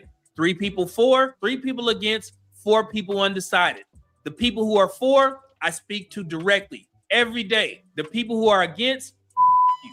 And the people who are undecided, you still have hope, and we'll determine where you stand after you understand the truth about black men in particular. So I want to say this very clearly to the black community and men who think like you. Straight black men are the cancer of the black community. So when I said I agree because I knew what he was talking about. My goal is not popularity. My goal is accuracy. My platform would likely be well over 100,000 subscribers if I didn't block, ban, or filter negative commentary. But I do that intentionally because my platform is not built for chaos. It's built with purpose. My goal is to protect the mental space of black men. So yes, I moderate heavily because I want my platform to reflect discipline, clarity, and truth. So this isn't new for me. I've been doing this for 5 years. This isn't reactionary. This isn't temporary. And it's not for attention. My platform will grow, but it will grow the right way, rooted in truth, facts, and data. Anyone who positions themselves as a leader in the black community but does not understand black men as a group, I have to be honest. I don't trust most black leaders to speak on the behalf of black men because too many of you don't know black men. Too many of you are afraid to look at the facts and the statistics to see what your fellow black men are doing. That's why I don't trust you all, because too many of you are operated within a fixed narrative. No one talks about the survival of the black race. In the 1990s, the black male is an endangered species. 1 out of every 3 black men are either in jail, on drugs, or gay. And if telling the full truth risks offending your audience, then you're not leading. You're managing perception.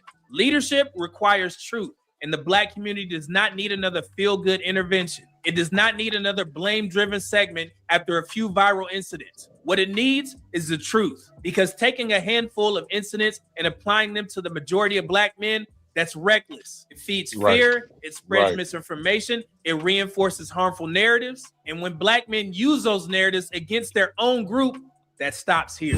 I almost forgot something. This idea of separating black males from black men. He was talking about the black males that look like the black men. Let's be honest about what that often becomes. It becomes a way to label a group of black men you don't respect or you don't agree with. So instead of naming behavior, naming proportions, or naming people directly, you created a category and then you attach all the negative traits to that particular category. We're not going to do that here. I'm a black man. You're a black man, brother. So none of that divisive talk where we say black males and black men. That's just an easy way for people to pick it up and use it as a slur against black men. I've seen many of content creators do the same thing. We're not going to do that here. I'm speaking directly to you, black man. Okay? Shout out to you, black man. I love you. God bless you. Keep doing your thing and pay attention to my page if you want the truth, because I see what you guys are doing out here and I'm proud of you. If that message doesn't come from anywhere else in the black community, from any person that thinks that they are leaders of the black community, just know that you will get that message from me. Thank you. Thank you for supporting my channel. Thank you for supporting all of my platforms. And this will not be the last time that you will hear me address something as egregious as calling straight black men cancers to the black community. Absolutely not. So thank you again. God bless. That's beautiful, man. That's beautiful. Black man, I gotta run, brother, because I'm about to leave. But listen, that brother, that's what I was saying earlier when I came on your show. It's a thinking era called magical thinking, and magical thinking is not predicated in reality. It's based in delusion. And so people that manifest magical thinking, it goes back to what I was saying earlier. They take a small sample size and broadly overgeneralize all black men to push a propaganda narrative. And to the people that say that black men gotta have the resume, I know plenty of people, black men that have the resume, and they still don't get respect in their family. I got men right now that make good money. They're hardworking men. They're trying to lead their wives, and their wives still trying to usurp their authority, undermine their leadership, and do everything. And these are hardworking, blue collar, and also professional black men. I've seen white men too. I had a neurosurgeon one time made $900,000, and his wife still didn't respect him. He had the resume, full-time provider, good man, did everything right. But when you got a generation of women that can't be held accountable, and then they shame the black women that try to uplift black men in a spirit of righteousness, that's why we have the problems that we have now. And that's why I said a man like this Dusty Diva, whatever his name is, he don't speak for me. Because in my mind, he got issues. So how are you gonna tell heterosexual men how to be heterosexual where you're crazy and you got your own issues as well? You don't see heterosexual men go in the gay community and tell them how to be gay. We don't bother them, but somehow you can come and try to truncate heterosexual men and try to tell us how to be men when you are fruit and we're vegetables. So it doesn't make any sense to me, man. So I just want to add that little piece, bro. I appreciate the culture. With like Tyrus, I mean, I know that you learned a lot. Listen to my boy, man, Medium Man. I wish he could. He said, he said, I can't be there tonight. I wish he was here. However, he's not. But man, what are your thoughts, Tyrus, about all this great information that you just received about all? And he debunked all the narratives. He did not debunk the narratives. He did not. Did he? That was a well put together video by Medium Man. And I respect him as a fellow vet. I respect him and everything, but I have to mostly disagree with him. And here's the first part why. Boy, here are we as he said he's like 20 years in the military. That's awesome. I'm 8 years active duty, 2 deployments. All the crap we said in the military, and cancer's the worst thing ever you've ever heard. Jesus. We got a whole bunch of straight black men acting like a bunch of pussies, bro, acting like a bunch of Karens, saying, by the way, BMU, hey, Black Bandit, I'm about to put you on game. You see, we got a guy named JT who referred to the LBGT as terrorist. We had another guest. Stop. We had another guest, BMU. I think you remember her. I asked her, I was like, hey, do you mean we should delete the LBGT? You remember that BMU? And she was like, yeah, we should. And so we got people saying the most disgusting crap about the LBGT. This dude's like, we're a cancer. And all you guys are clutching your pearls. That shit is soft. And then here's the other part I disagree with. And this is actually getting to the root of the problem, BNU. He's talking about, well, if you look at the statistics, it's actually a minority of black men getting these black women pregnant. That was not eye-opening because that's always been the case in any fucking society in human history.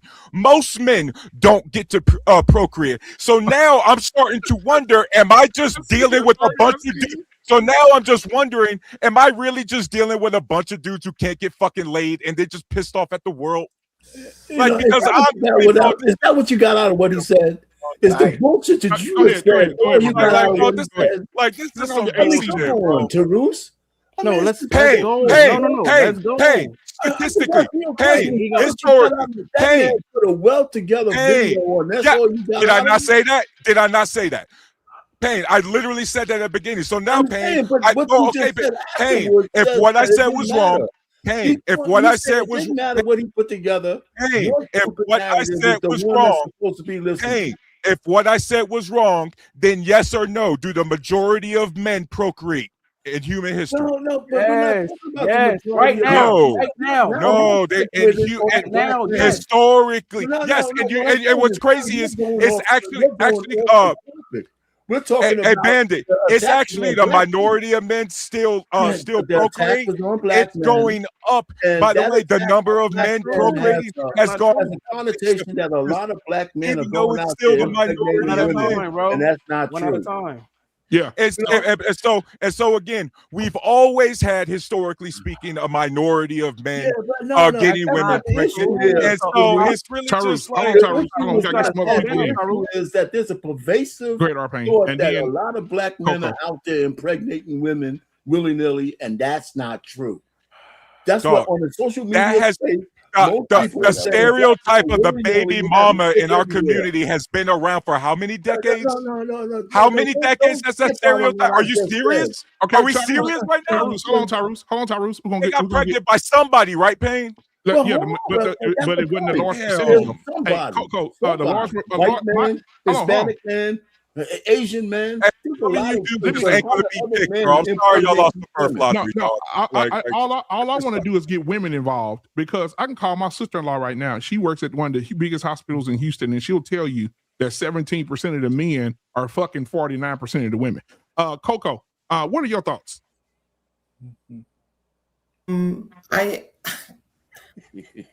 Yeah, I know. I don't know what is the argument about. Is the argument like Funky Dineva's comment? It is what it is. It's not the biggest issue that is affecting the Black community. The biggest issue is the lack of families that's affecting the Black community. It's not because men don't want to be husbands. It's because, unfortunately, the majority of women who, quote unquote, want to be wives to 10 to 20% of the men, which wasn't the case 20 years ago. And again, it goes back to what I said about social media and these unusual delusional standards that women have for themselves. And so when they get into their 50s and 60s, they're going to be sharing a man. Also, okay, granted, let's say Black men bad. Black men stop blaming everyone for their problems. So why is it then that Black women are married in the lowest rate? Black men are so wonderful. Context. We're missing way too. What context? My bad. Go ahead. Yeah. So the context of this conversation is that Black women believe these things, right, about us, right, and then the gay man, right, was piggybacking on the points that they have been making. So as far as what makes us a cancer is that we're not buying in, right, into the Rainbow Coalition.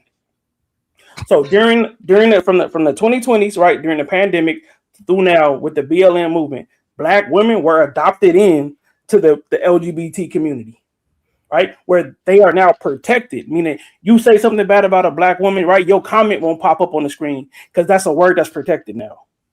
And right, and Black men are not buying in to that part of the protection. We're saying that, hey, no, we're not buying into that part of it. We don't want to buy into that. We're staying on our square over here, and since we're not buying into it, we're a detriment to the community because we're not signing up for that popular culture. And I agree with you on that. Like, even with the doctor, somebody what the doctor was saying before he left, he was saying that Black women lost their crown. I don't believe Black women lost their crown. I just believe that it's just real dirty right now because a lot of narratives have been pushed around with social media, talking about like Housewife of Atlanta type stuff. But going on, but he's talking about, I believe that as a man, or we're gonna say straight man, and as a father, I lead by example. I got into this conversation about him shooting at talking about straight Black men because I want my daughters to know this is what a real man is. I go out every day. I work my 40 hours a week or more. I also run my own business. I respect my woman. I take care of my business as a man, my responsibility as a father, and I carry myself as a certain way. And I don't let nobody assassinate my character as a man, period, and as a Black man, and as a father to two daughters. And I want my daughters to understand this is the kind of man that you look for, and not what that guy said that we are a cancer. And I could focus on multiple things at one time. Because as a Black man, I've been focusing on multiple things since we came here. I could focus on the fact that this man says we are cancer and showing that we're not that cancer and what you say is wrong. And also focus on what kind of woman I want. That I don't want a woman with a high body count because that if I have a child by that woman, she's going to be the type of going to put the wrong seed in it because she couldn't even lead her own self right. So then I'm going to end up with a child like Funky. That's going to lead my child on the wrong path. And it's so it is our responsibility, right? As far as the structure of homes, right? The women who end up getting pregnant with a Black baby, most of them get pregnant by a Black man. So even if we're talking about the minority at a certain age are having children, by 45, most Black men have a child. right? So you sharing somebody's baby mama, but eventually you have your own child.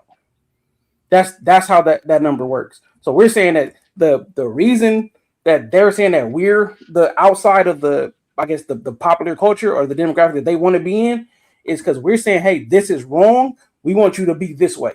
Right. And we're that's not accepting that. We're not accepting you assassinating our character as men and telling our women that you are the right way to do something, and got our kids growing up confused, dazed, and all uneducated. Yeah, I do not think that most black men are thinking that deep about the structure of the households.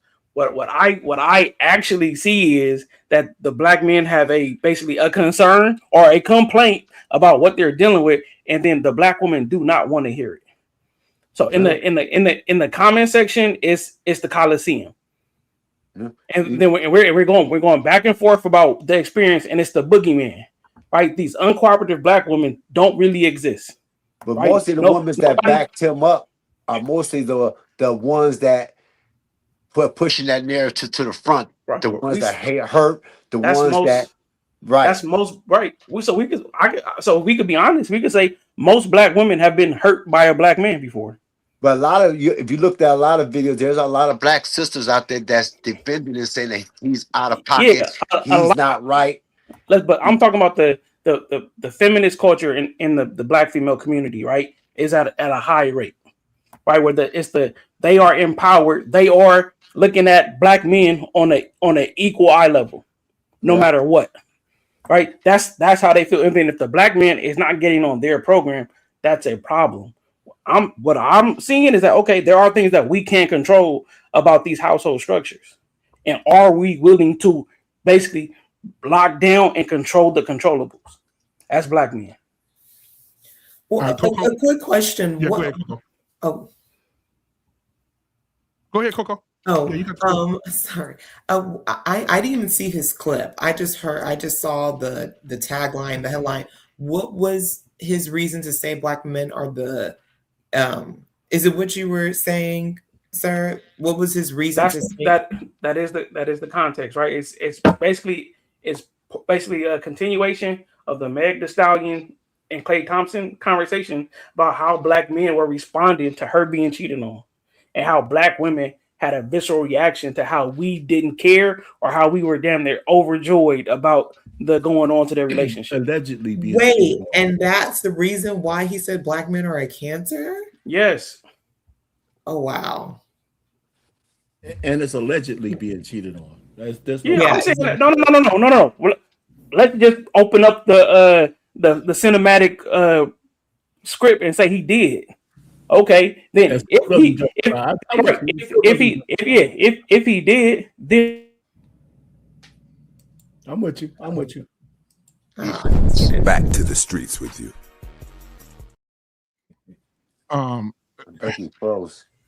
Bro, Coco. Yeah, I'm with him. I understand where he's coming from. I understand what he's saying too. I just think that when you because we say this, a lot of people say this. That's why I don't understand why we get a lot of pushback by disagreeing with this thing, right? Because if he says something, he's defended. He's being defended by everybody. Women, heterosexual men are defending him. The straight women are defending him, and they're just defending this man.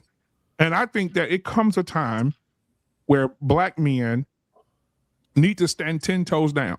The one thing about me, and I know I joke a lot, but I'm not joking right now. One thing about me, I don't waver. If I believe something and I stand on it, that's what I stand on, and I'm gonna stand on it. And John Lewis knows this because me and him debate all the time. You can't waver me. If I know something, I have morals, and I believe in my morals and my values. That's what I stand on, and you're not gonna budge me. And we always talk about the lineage and our grandfathers. My grandfather would be rolling over in his grave if I was sitting in a conference room with 5 men with dresses on, snapping their fingers, talking about clock it, trying to make a goddamn decision about what men's supposed to do. My grandma would get on me. My uncles, my grandfather, all the men before me would be rolling over in their fucking graves if they saw me at the table with a bunch of men with dresses on, lipstick, lip gloss, fingernails painted, snapping their fingers, talking about clock it. My grandfather would be, son, he would probably say, son, what the fuck is wrong with you? My grandfather from the deep south of Corinth, Mississippi is the cause of broken homes because he had 12 kids by 5 different women. That was a culture back then. I think I do with my granddaddy. I mean, you just share. You're like, for every one of your awesome granddaddies, there was a shit ton of my granddads. Can I add majority of it was enough, Coco, to create enough broken homes. Too many. Wouldn't you say? Let me say something on this, because my grandfather had 3 families. I was about to say the same thing. In wedlock or not, he when he passed away in Jersey City, he was debt free. And he gave all his grandchildren an inheritance from all of those families. So the point really is, I don't know what you're trying to make. See, I'm old enough to remember the grandfather back there because I was there. I was in the house. My grandfather that I lived with, my grandmother, she was loud, you know. But every time my grandfather, who didn't say much, said, hey, sit your ass down. That's exactly what she did. You know, and he got the big piece of chicken. And we got a family structure, you know, that lasted. When I moved in, it was 1965. When I moved in the house, my mother died. We just lost that house in 2013. We gave it away, sold it. And our family is still connected from that generation, from the greatest generation, solid generation, and the baby boomers that everybody hates. Our family is still connected.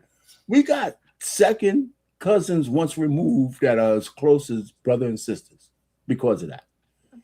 You know, and I'm just trying to say, when I listen to people talk about the old days where, you know, women had to do this, and they were all my aunts had pensions. They had jobs.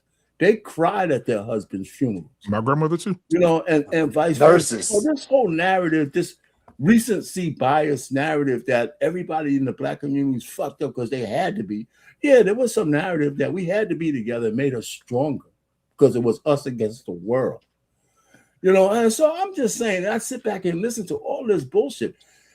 Let me just bring it back to where we are now. I wouldn't be arguing this. That guy said that straight Black men are a cancer.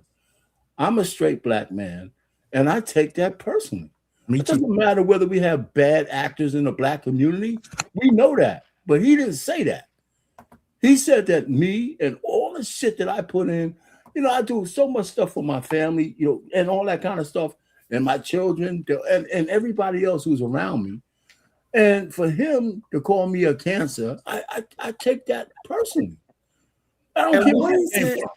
But why is it, I do have a question for the panel. Why is it for specific to Western Black Americans that this is an ethnic group that identifies, that says the worst of its own, identifies for the majority of its own? Like in each ethnic and racial group, they are degenerates. They are the ones who are the evil, the bad people of society.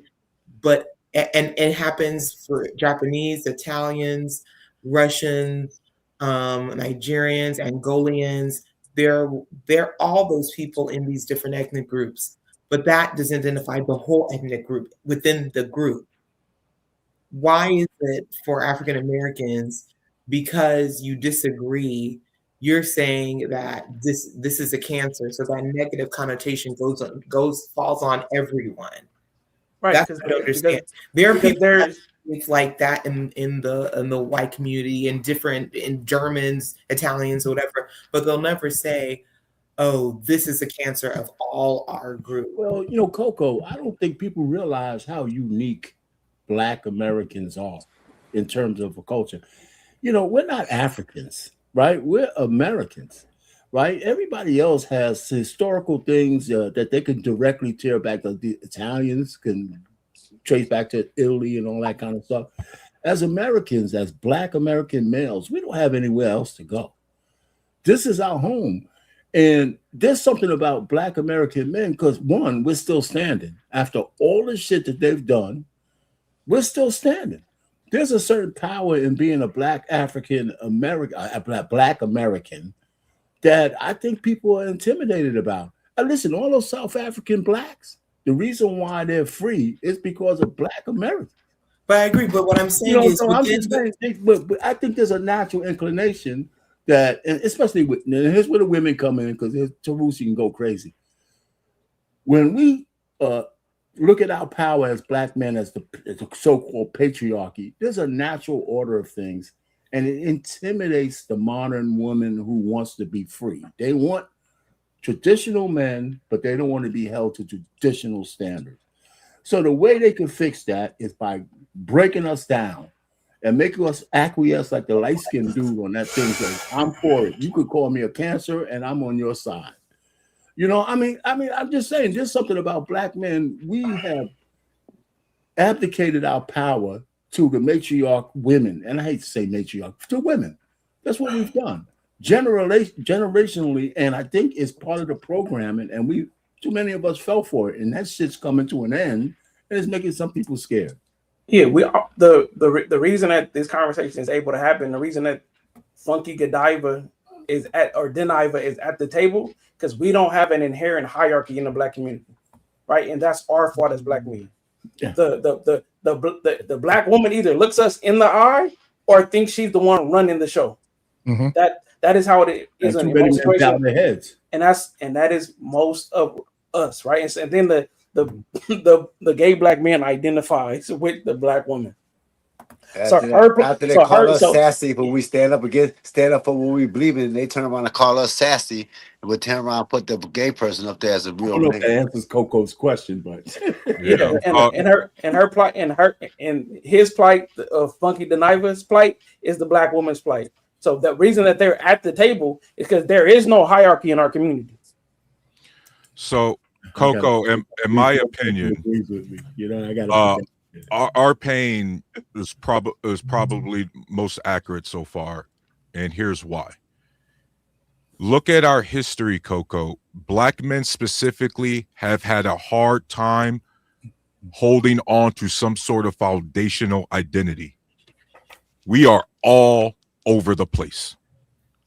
As we know, the idea of a community or a monolith, people will argue that's non-existent or it exists, but it's broken. Like, we have to understand that there are similar overlaps of the other demographics you was talking about. For example, Coco, you should hear how the British used to talk about the Irish. Oh boy. The Italians, Coco, they were the second most lynched demographic right behind us. You know what I mean? That was part of the reason, but unlike us, we're not chameleons, right? We can't change our skin tone like that. But Italians, Irish people, it was easy for them to be or to adopt what was considered white culture, right? Even though they dealt with that same thing. But unfortunately, with us, Coco, we just have the way we came here in this country was different. And so the way that we get treated and we're allowed to grow has been different. And so a lot of those demographics do have some sort of root, right? But Coco, guess what? When we do our genetic test, Coco, it's 4% Ghana. It's 12% Nigerian. It's, 15% Senegal.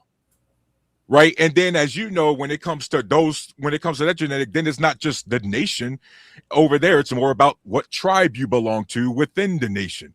Right. And so we're so mixed up right now that a lot of times Black men, this is one of the direct criticisms we need to figure out, is we do have sort of an identity crisis that we haven't, that we just need a foundation, Coco, in my opinion. Yeah, I mean, I just think, like, to your point, but Italians won't say that the mob represents Italians. Right. Like, you're never going to hear in general society that they say, yeah, like, and that's and the mob is destroying they're not even going to address. They said, yes, there is that, but that's not us. That's what I'm saying. Like, Coco, but respectfully, they do absolutely lean into that side of the culture.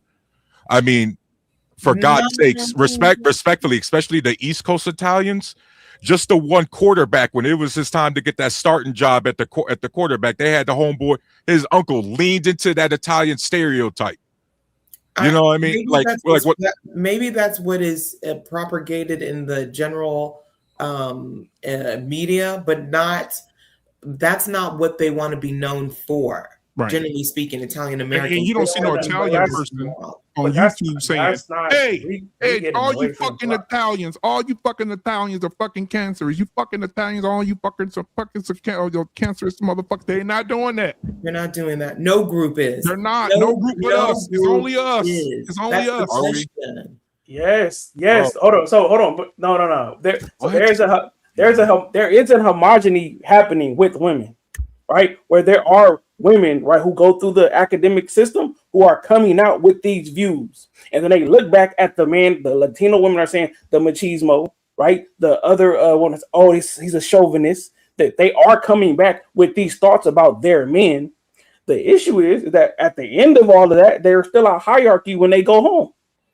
We do not have a hierarchy in most of our homes. Nope, you're right. You're right. You get home and she telling you what to do. Yeah, that's what happens in y'all. That's what you mean. If it's a woman telling you what to do, then you do have a hierarchy. It's a woman, and that's right. So yeah, right, Payne. So now I'm wondering, okay, are we making it official, or are we coming to terms, an emergence in the Black community that we are a matriarchal community? Hold on, let me say this, Tyrese. Let me say this. I think so. It seems like that's coming up a lot, Payne. It's coming up. No, I mean, I know that back when BMU said he was going to answer. Yeah, let me tell you what assume in our community that go ahead and say what you're going to say. No, I want to say this is what my brother said. My brother said this to his girlfriend. He said, and I told him she was toxic, but they broke up. Anyway, he told her, he said, you talk to me very disrespectfully. He said, if the laws didn't protect you, would you still talk to me the same way? If you know that you can pick up that phone and call White Daddy and have me arrested, or you couldn't, or he said, if the laws didn't protect you, would you still be trying to emasculate or disrespect me? And I said, my older brother said, no, they would not. Imagine if a woman knew I ain't got nobody to call. This is my authority over me, my husband. How many women would look their husband in the face and say, you bitch ass nigga, you ain't shit? I just want to know. Yeah. Coco, how many women would do it if they weren't protected? Oh. Huh? No. It would be no emasculation. Probably none. Or less, yes. So that tells you something, right? That tells you that laws have been put in place to protect women's right to emasculate the fuck out of you. And there's nothing you can do about it other than pack your shit and leave. Yeah, but it's been hit you, spit on you. Well, not in Texas. Not in Texas anymore. In Texas, they say male or female put their hands on either person. The man has the right for full validity, 100%, to protect himself against that woman, and he won't go to jail. So the women are trying to now the domestic violence. Now this shit is dropping down. Google it. The Texas numbers are dropping in domestic violence because women know now. I can't call the police no more after I hit this man in the mouth and say that he gonna go to jail because her ass gonna go to jail. So it has nothing to do with women's increased rate of firearm possession, right? That probably got nothing to do with it either. Well, it probably has an increase because the lesbian they practicing their Second Amendment rights because they could talk just as reckless as the men talk. Because guess what? That 308 is equal opportunity, bro. You know that. Our pain was about to get somewhere. Well, go ahead, Arpain. Yeah. Well, no, all I'm just trying to say is we you're talking in generalities. I just think that all women in America had to take advantage of all the laws that have been passed, from no-fault divorce to this. But in the Black community in particular, we've been generationally scarred by the fact that we've had quote-unquote matriarchy rule for at least 3 or 4 generations. I mean, even in my day, my house was filled with fucking women, man. And I loved them all. But I had to get out of there so I could be around men, so I could have somebody to talk to, right? You know, that's just the way my particular anecdotal living was, because I knew women couldn't teach me after a certain point, right? So, you know, there's a certain assumption in the Black community in particular that the Black woman is in charge. And not everywhere, because it's not in my household, And I would imagine it's not in BMU's household. So, absolutely not. Believe it or not, I'm not so sure it's in your household, right? I didn't ask my wife to be the leader of my family. I just assumed it. But you know,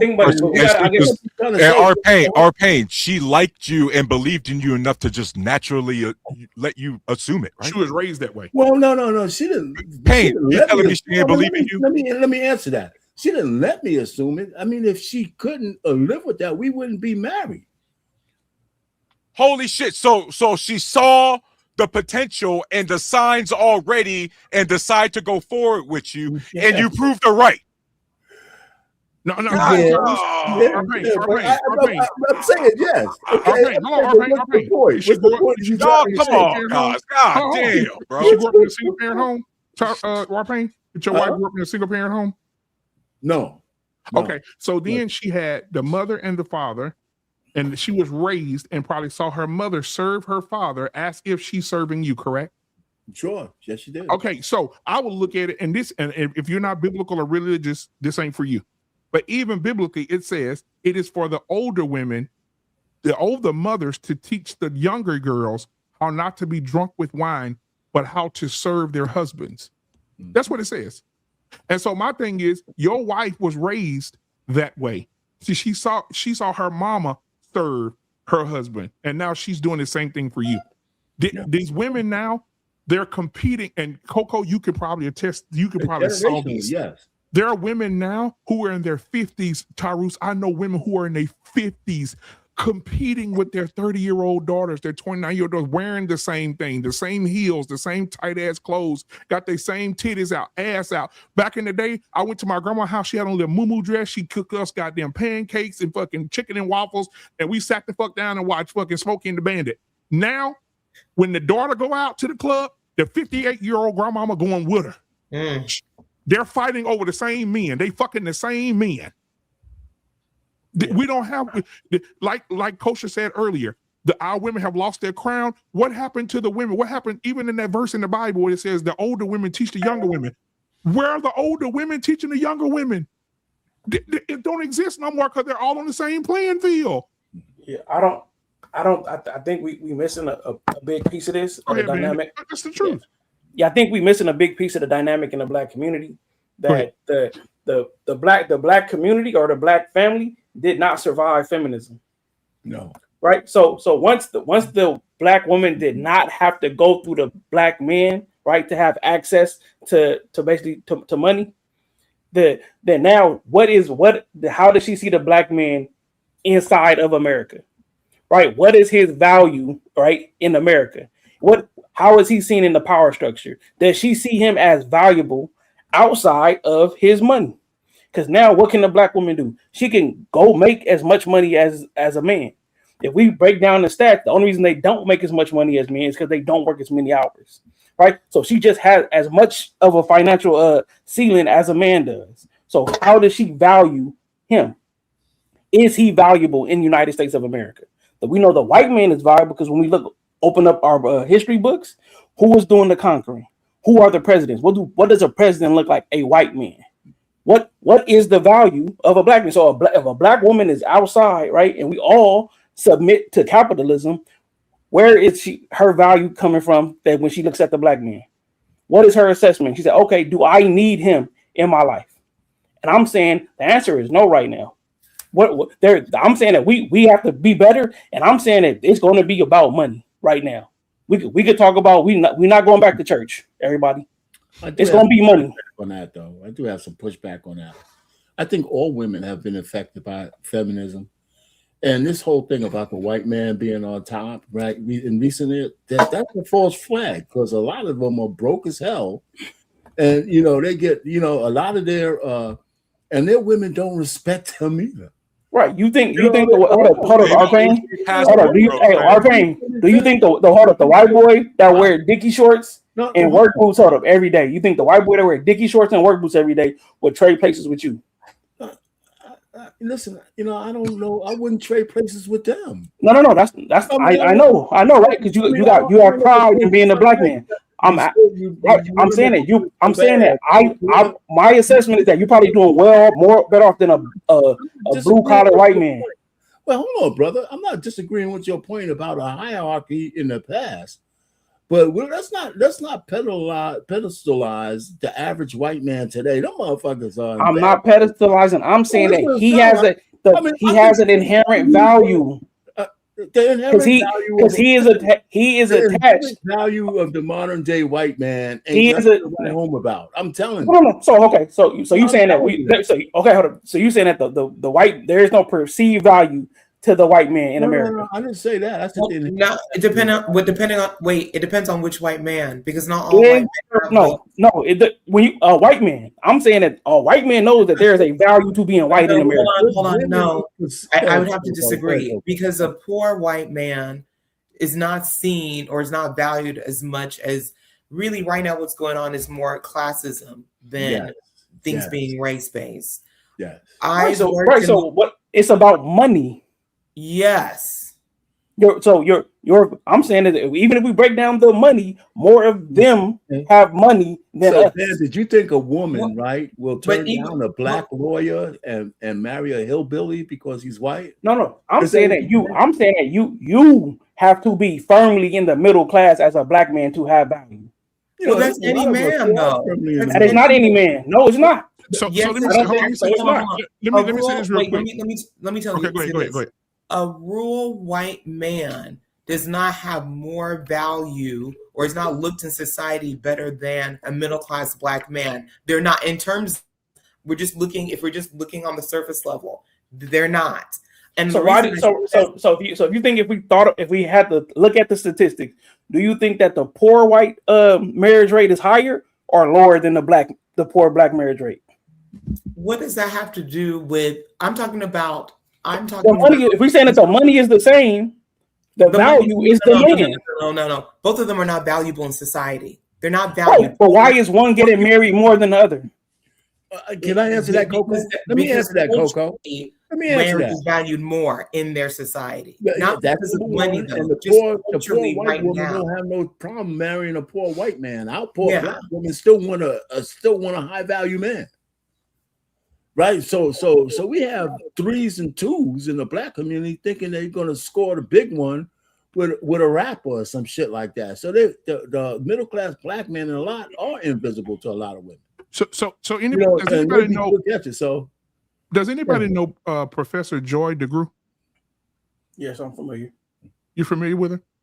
She said something about the power dynamic or what you guys were talking about just now, and I want to just add that in there. She said this. She said the reason that when she has traveled to Japan or to China to teach, he says that she has run into racism all the time. She was just doing a video on a lady who went to Japan, and the Japanese lady said, "Nigga, try their clothes on or no," right? How they were talking to the woman when she was trying on clothes in the store. She said the reason that black people are not respected because black people have not collectively been violent enough to get the respect. And she broke it down by saying this. She said when the white man went over and dropped the damn bomb, the Hiroshima bomb on their asses, right now a white man can go over there and have the utmost, they respect them. She said the white people are respected. She said she's been there for months teaching, and white people from America are treated like they fucking royalty. She said the niggas are treated like niggas because the niggas got a history of being owned, talked to any kind of way, slaves, disrespected. She said that's how we're known by them, and they treat us just as such. She said, but the white people, they're, hey, how are you?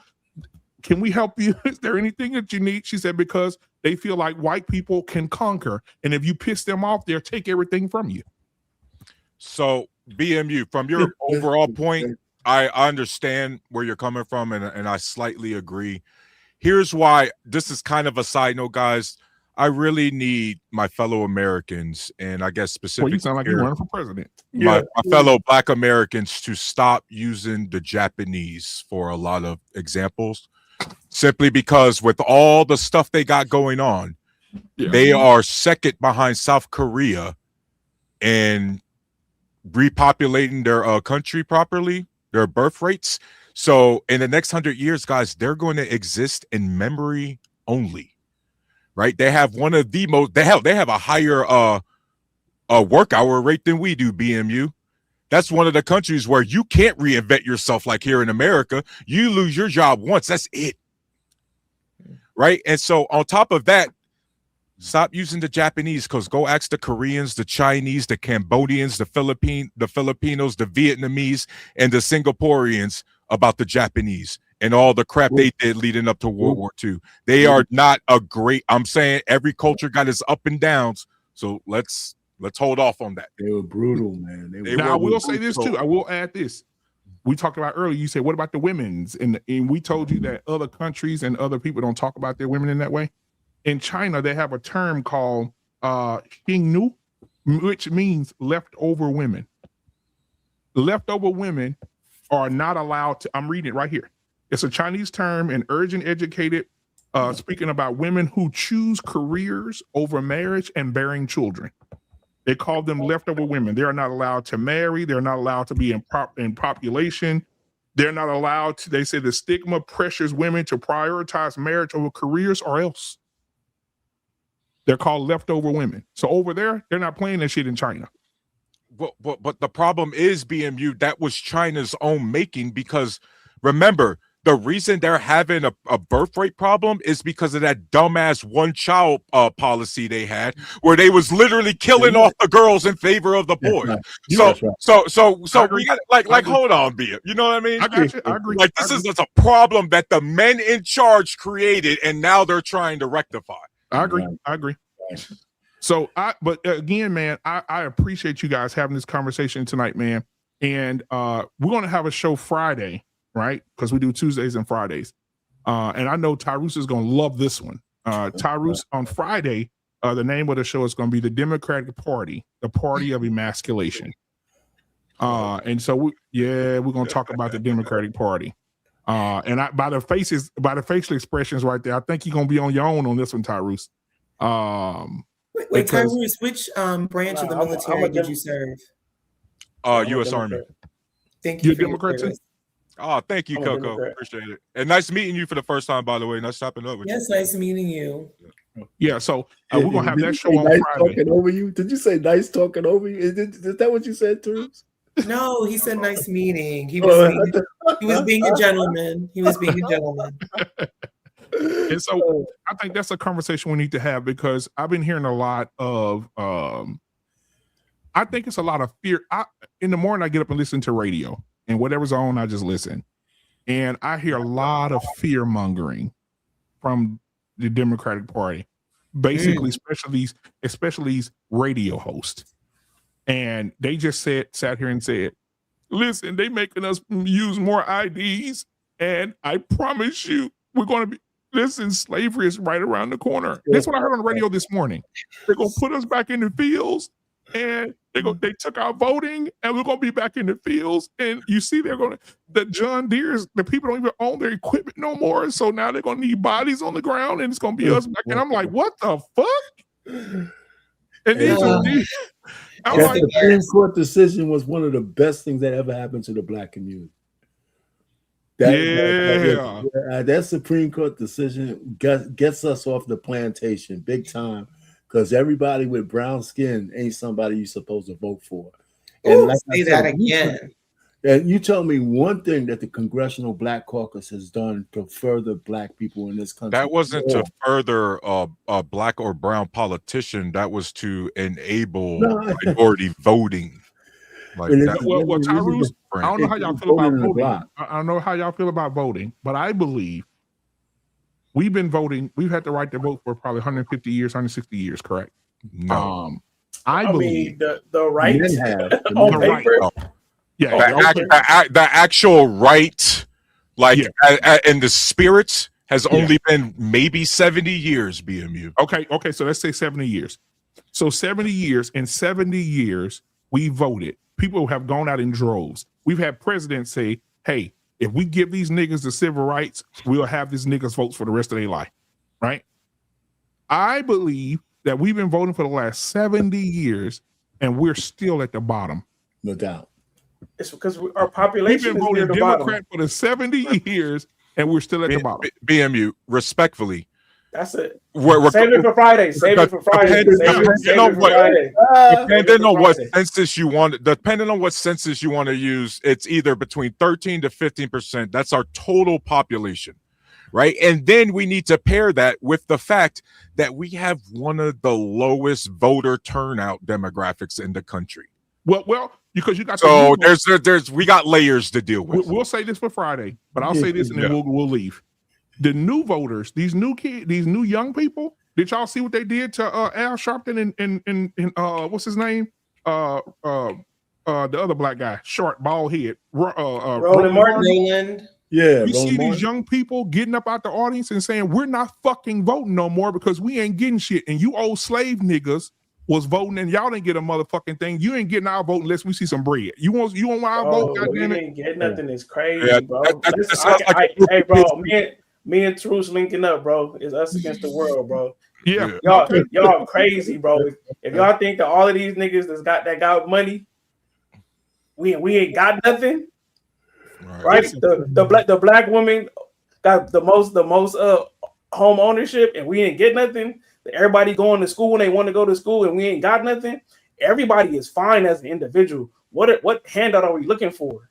And I bet not hear from a conservative talking about what we getting from the government.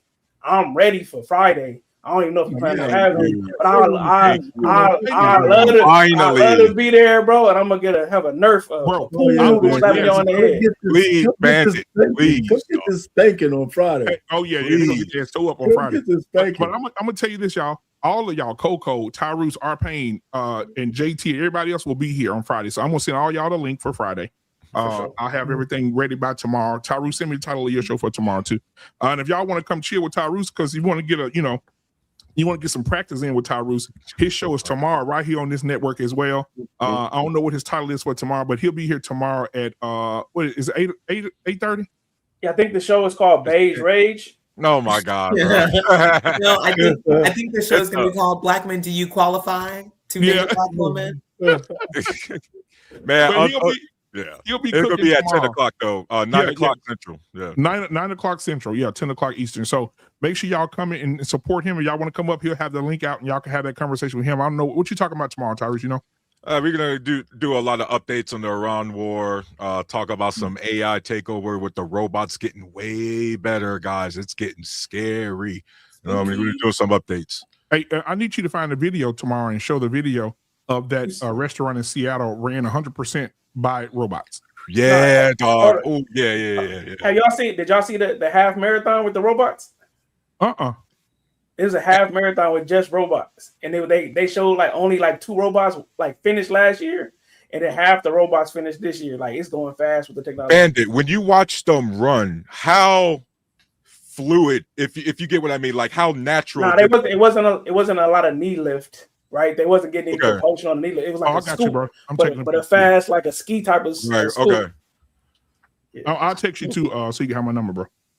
But yeah, so anyway, and then I saw Sean Ryan. I don't know if y'all watch his podcast, amazing podcast.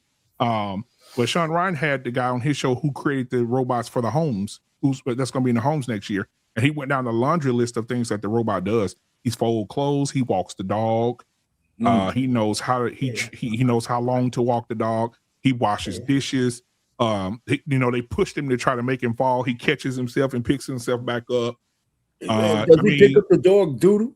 Yeah, everything. Yeah. Hey, dude, go watch this. It's Sean Ryan AI. Just type Sean Ryan AI robot, and you'll watch the whole episode. It shows everything that fucking robot does: dishes, cleaning the floors, mopping the floors, sweeping, washing clothes, taking the clothes out the dryer, folding the clothes, putting the clothes on hangers. The fucking shit is amazing, bro. And he said those robots are going to be $150,000 for $150,000 a piece, and I guarantee you, people are going to invest in those goddamn things. I don't care what nobody say. For sure. Yeah, definitely. Oh, wow. $150,000 to have somebody around your house washing your dish, sweeping your floor, mopping your floor every day. Yeah, I just don't want to wake up with a robot looking at me. And look at you and say, "You're not going to charge me, motherfucker." Nah, they gonna ask you, "Do you need some help with that?" That's what they gonna ask you. Hey, BMU, I'm getting that robot. First thing I'm doing, putting a fitted cap and some Timberland boots on it, bro. Oh my God. Hell yeah, let's go. But you know what would be crazy? If the robot would check your wife. Like, say, for instance, the robot walked up to your wife and said, Tyrus, his hormone levels are very high today. He's very horny. He would love to have sex with you today, and you need to have sex with him today. Bro, that would have the women running out the house in horror, dog. Oh no! But it could go the other way too, right? Because you know, on they watches and their phones, they tracking everything else. So that's true. Yeah. So on that note, fellas, he said by 2035. He said the technology is growing every day, just like what you just said, Tyrus. He said by 2035, 2040. The robots will definitely be taking the kids to school, dropping them off, coming back to the house, locking the doors, and clean the whole house up while you're at work. You come home, house is clean, dinner started, all type of shit. He said, just give it about 10, 15 years. That fucking robot will be doing everything a human can do. Hey, man. Well, so anyway, we'll talk about that Friday. I'll send everybody the link for Friday. We're going to talk about these Democrats. And I want to say this to everybody watching right now. If you're in the house with a person who's trash, you work with a person who's trash, if you're doing podcasts with people who's trash, whatever, I need you to say this to them tomorrow, and then we out.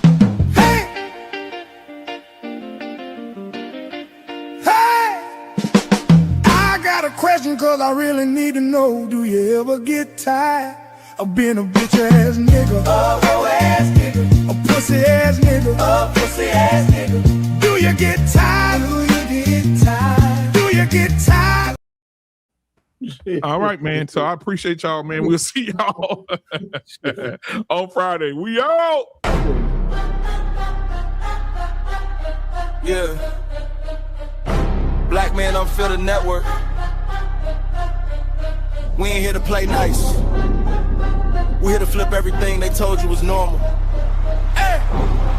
Yeah. Yeah. Hey, we flipping tables.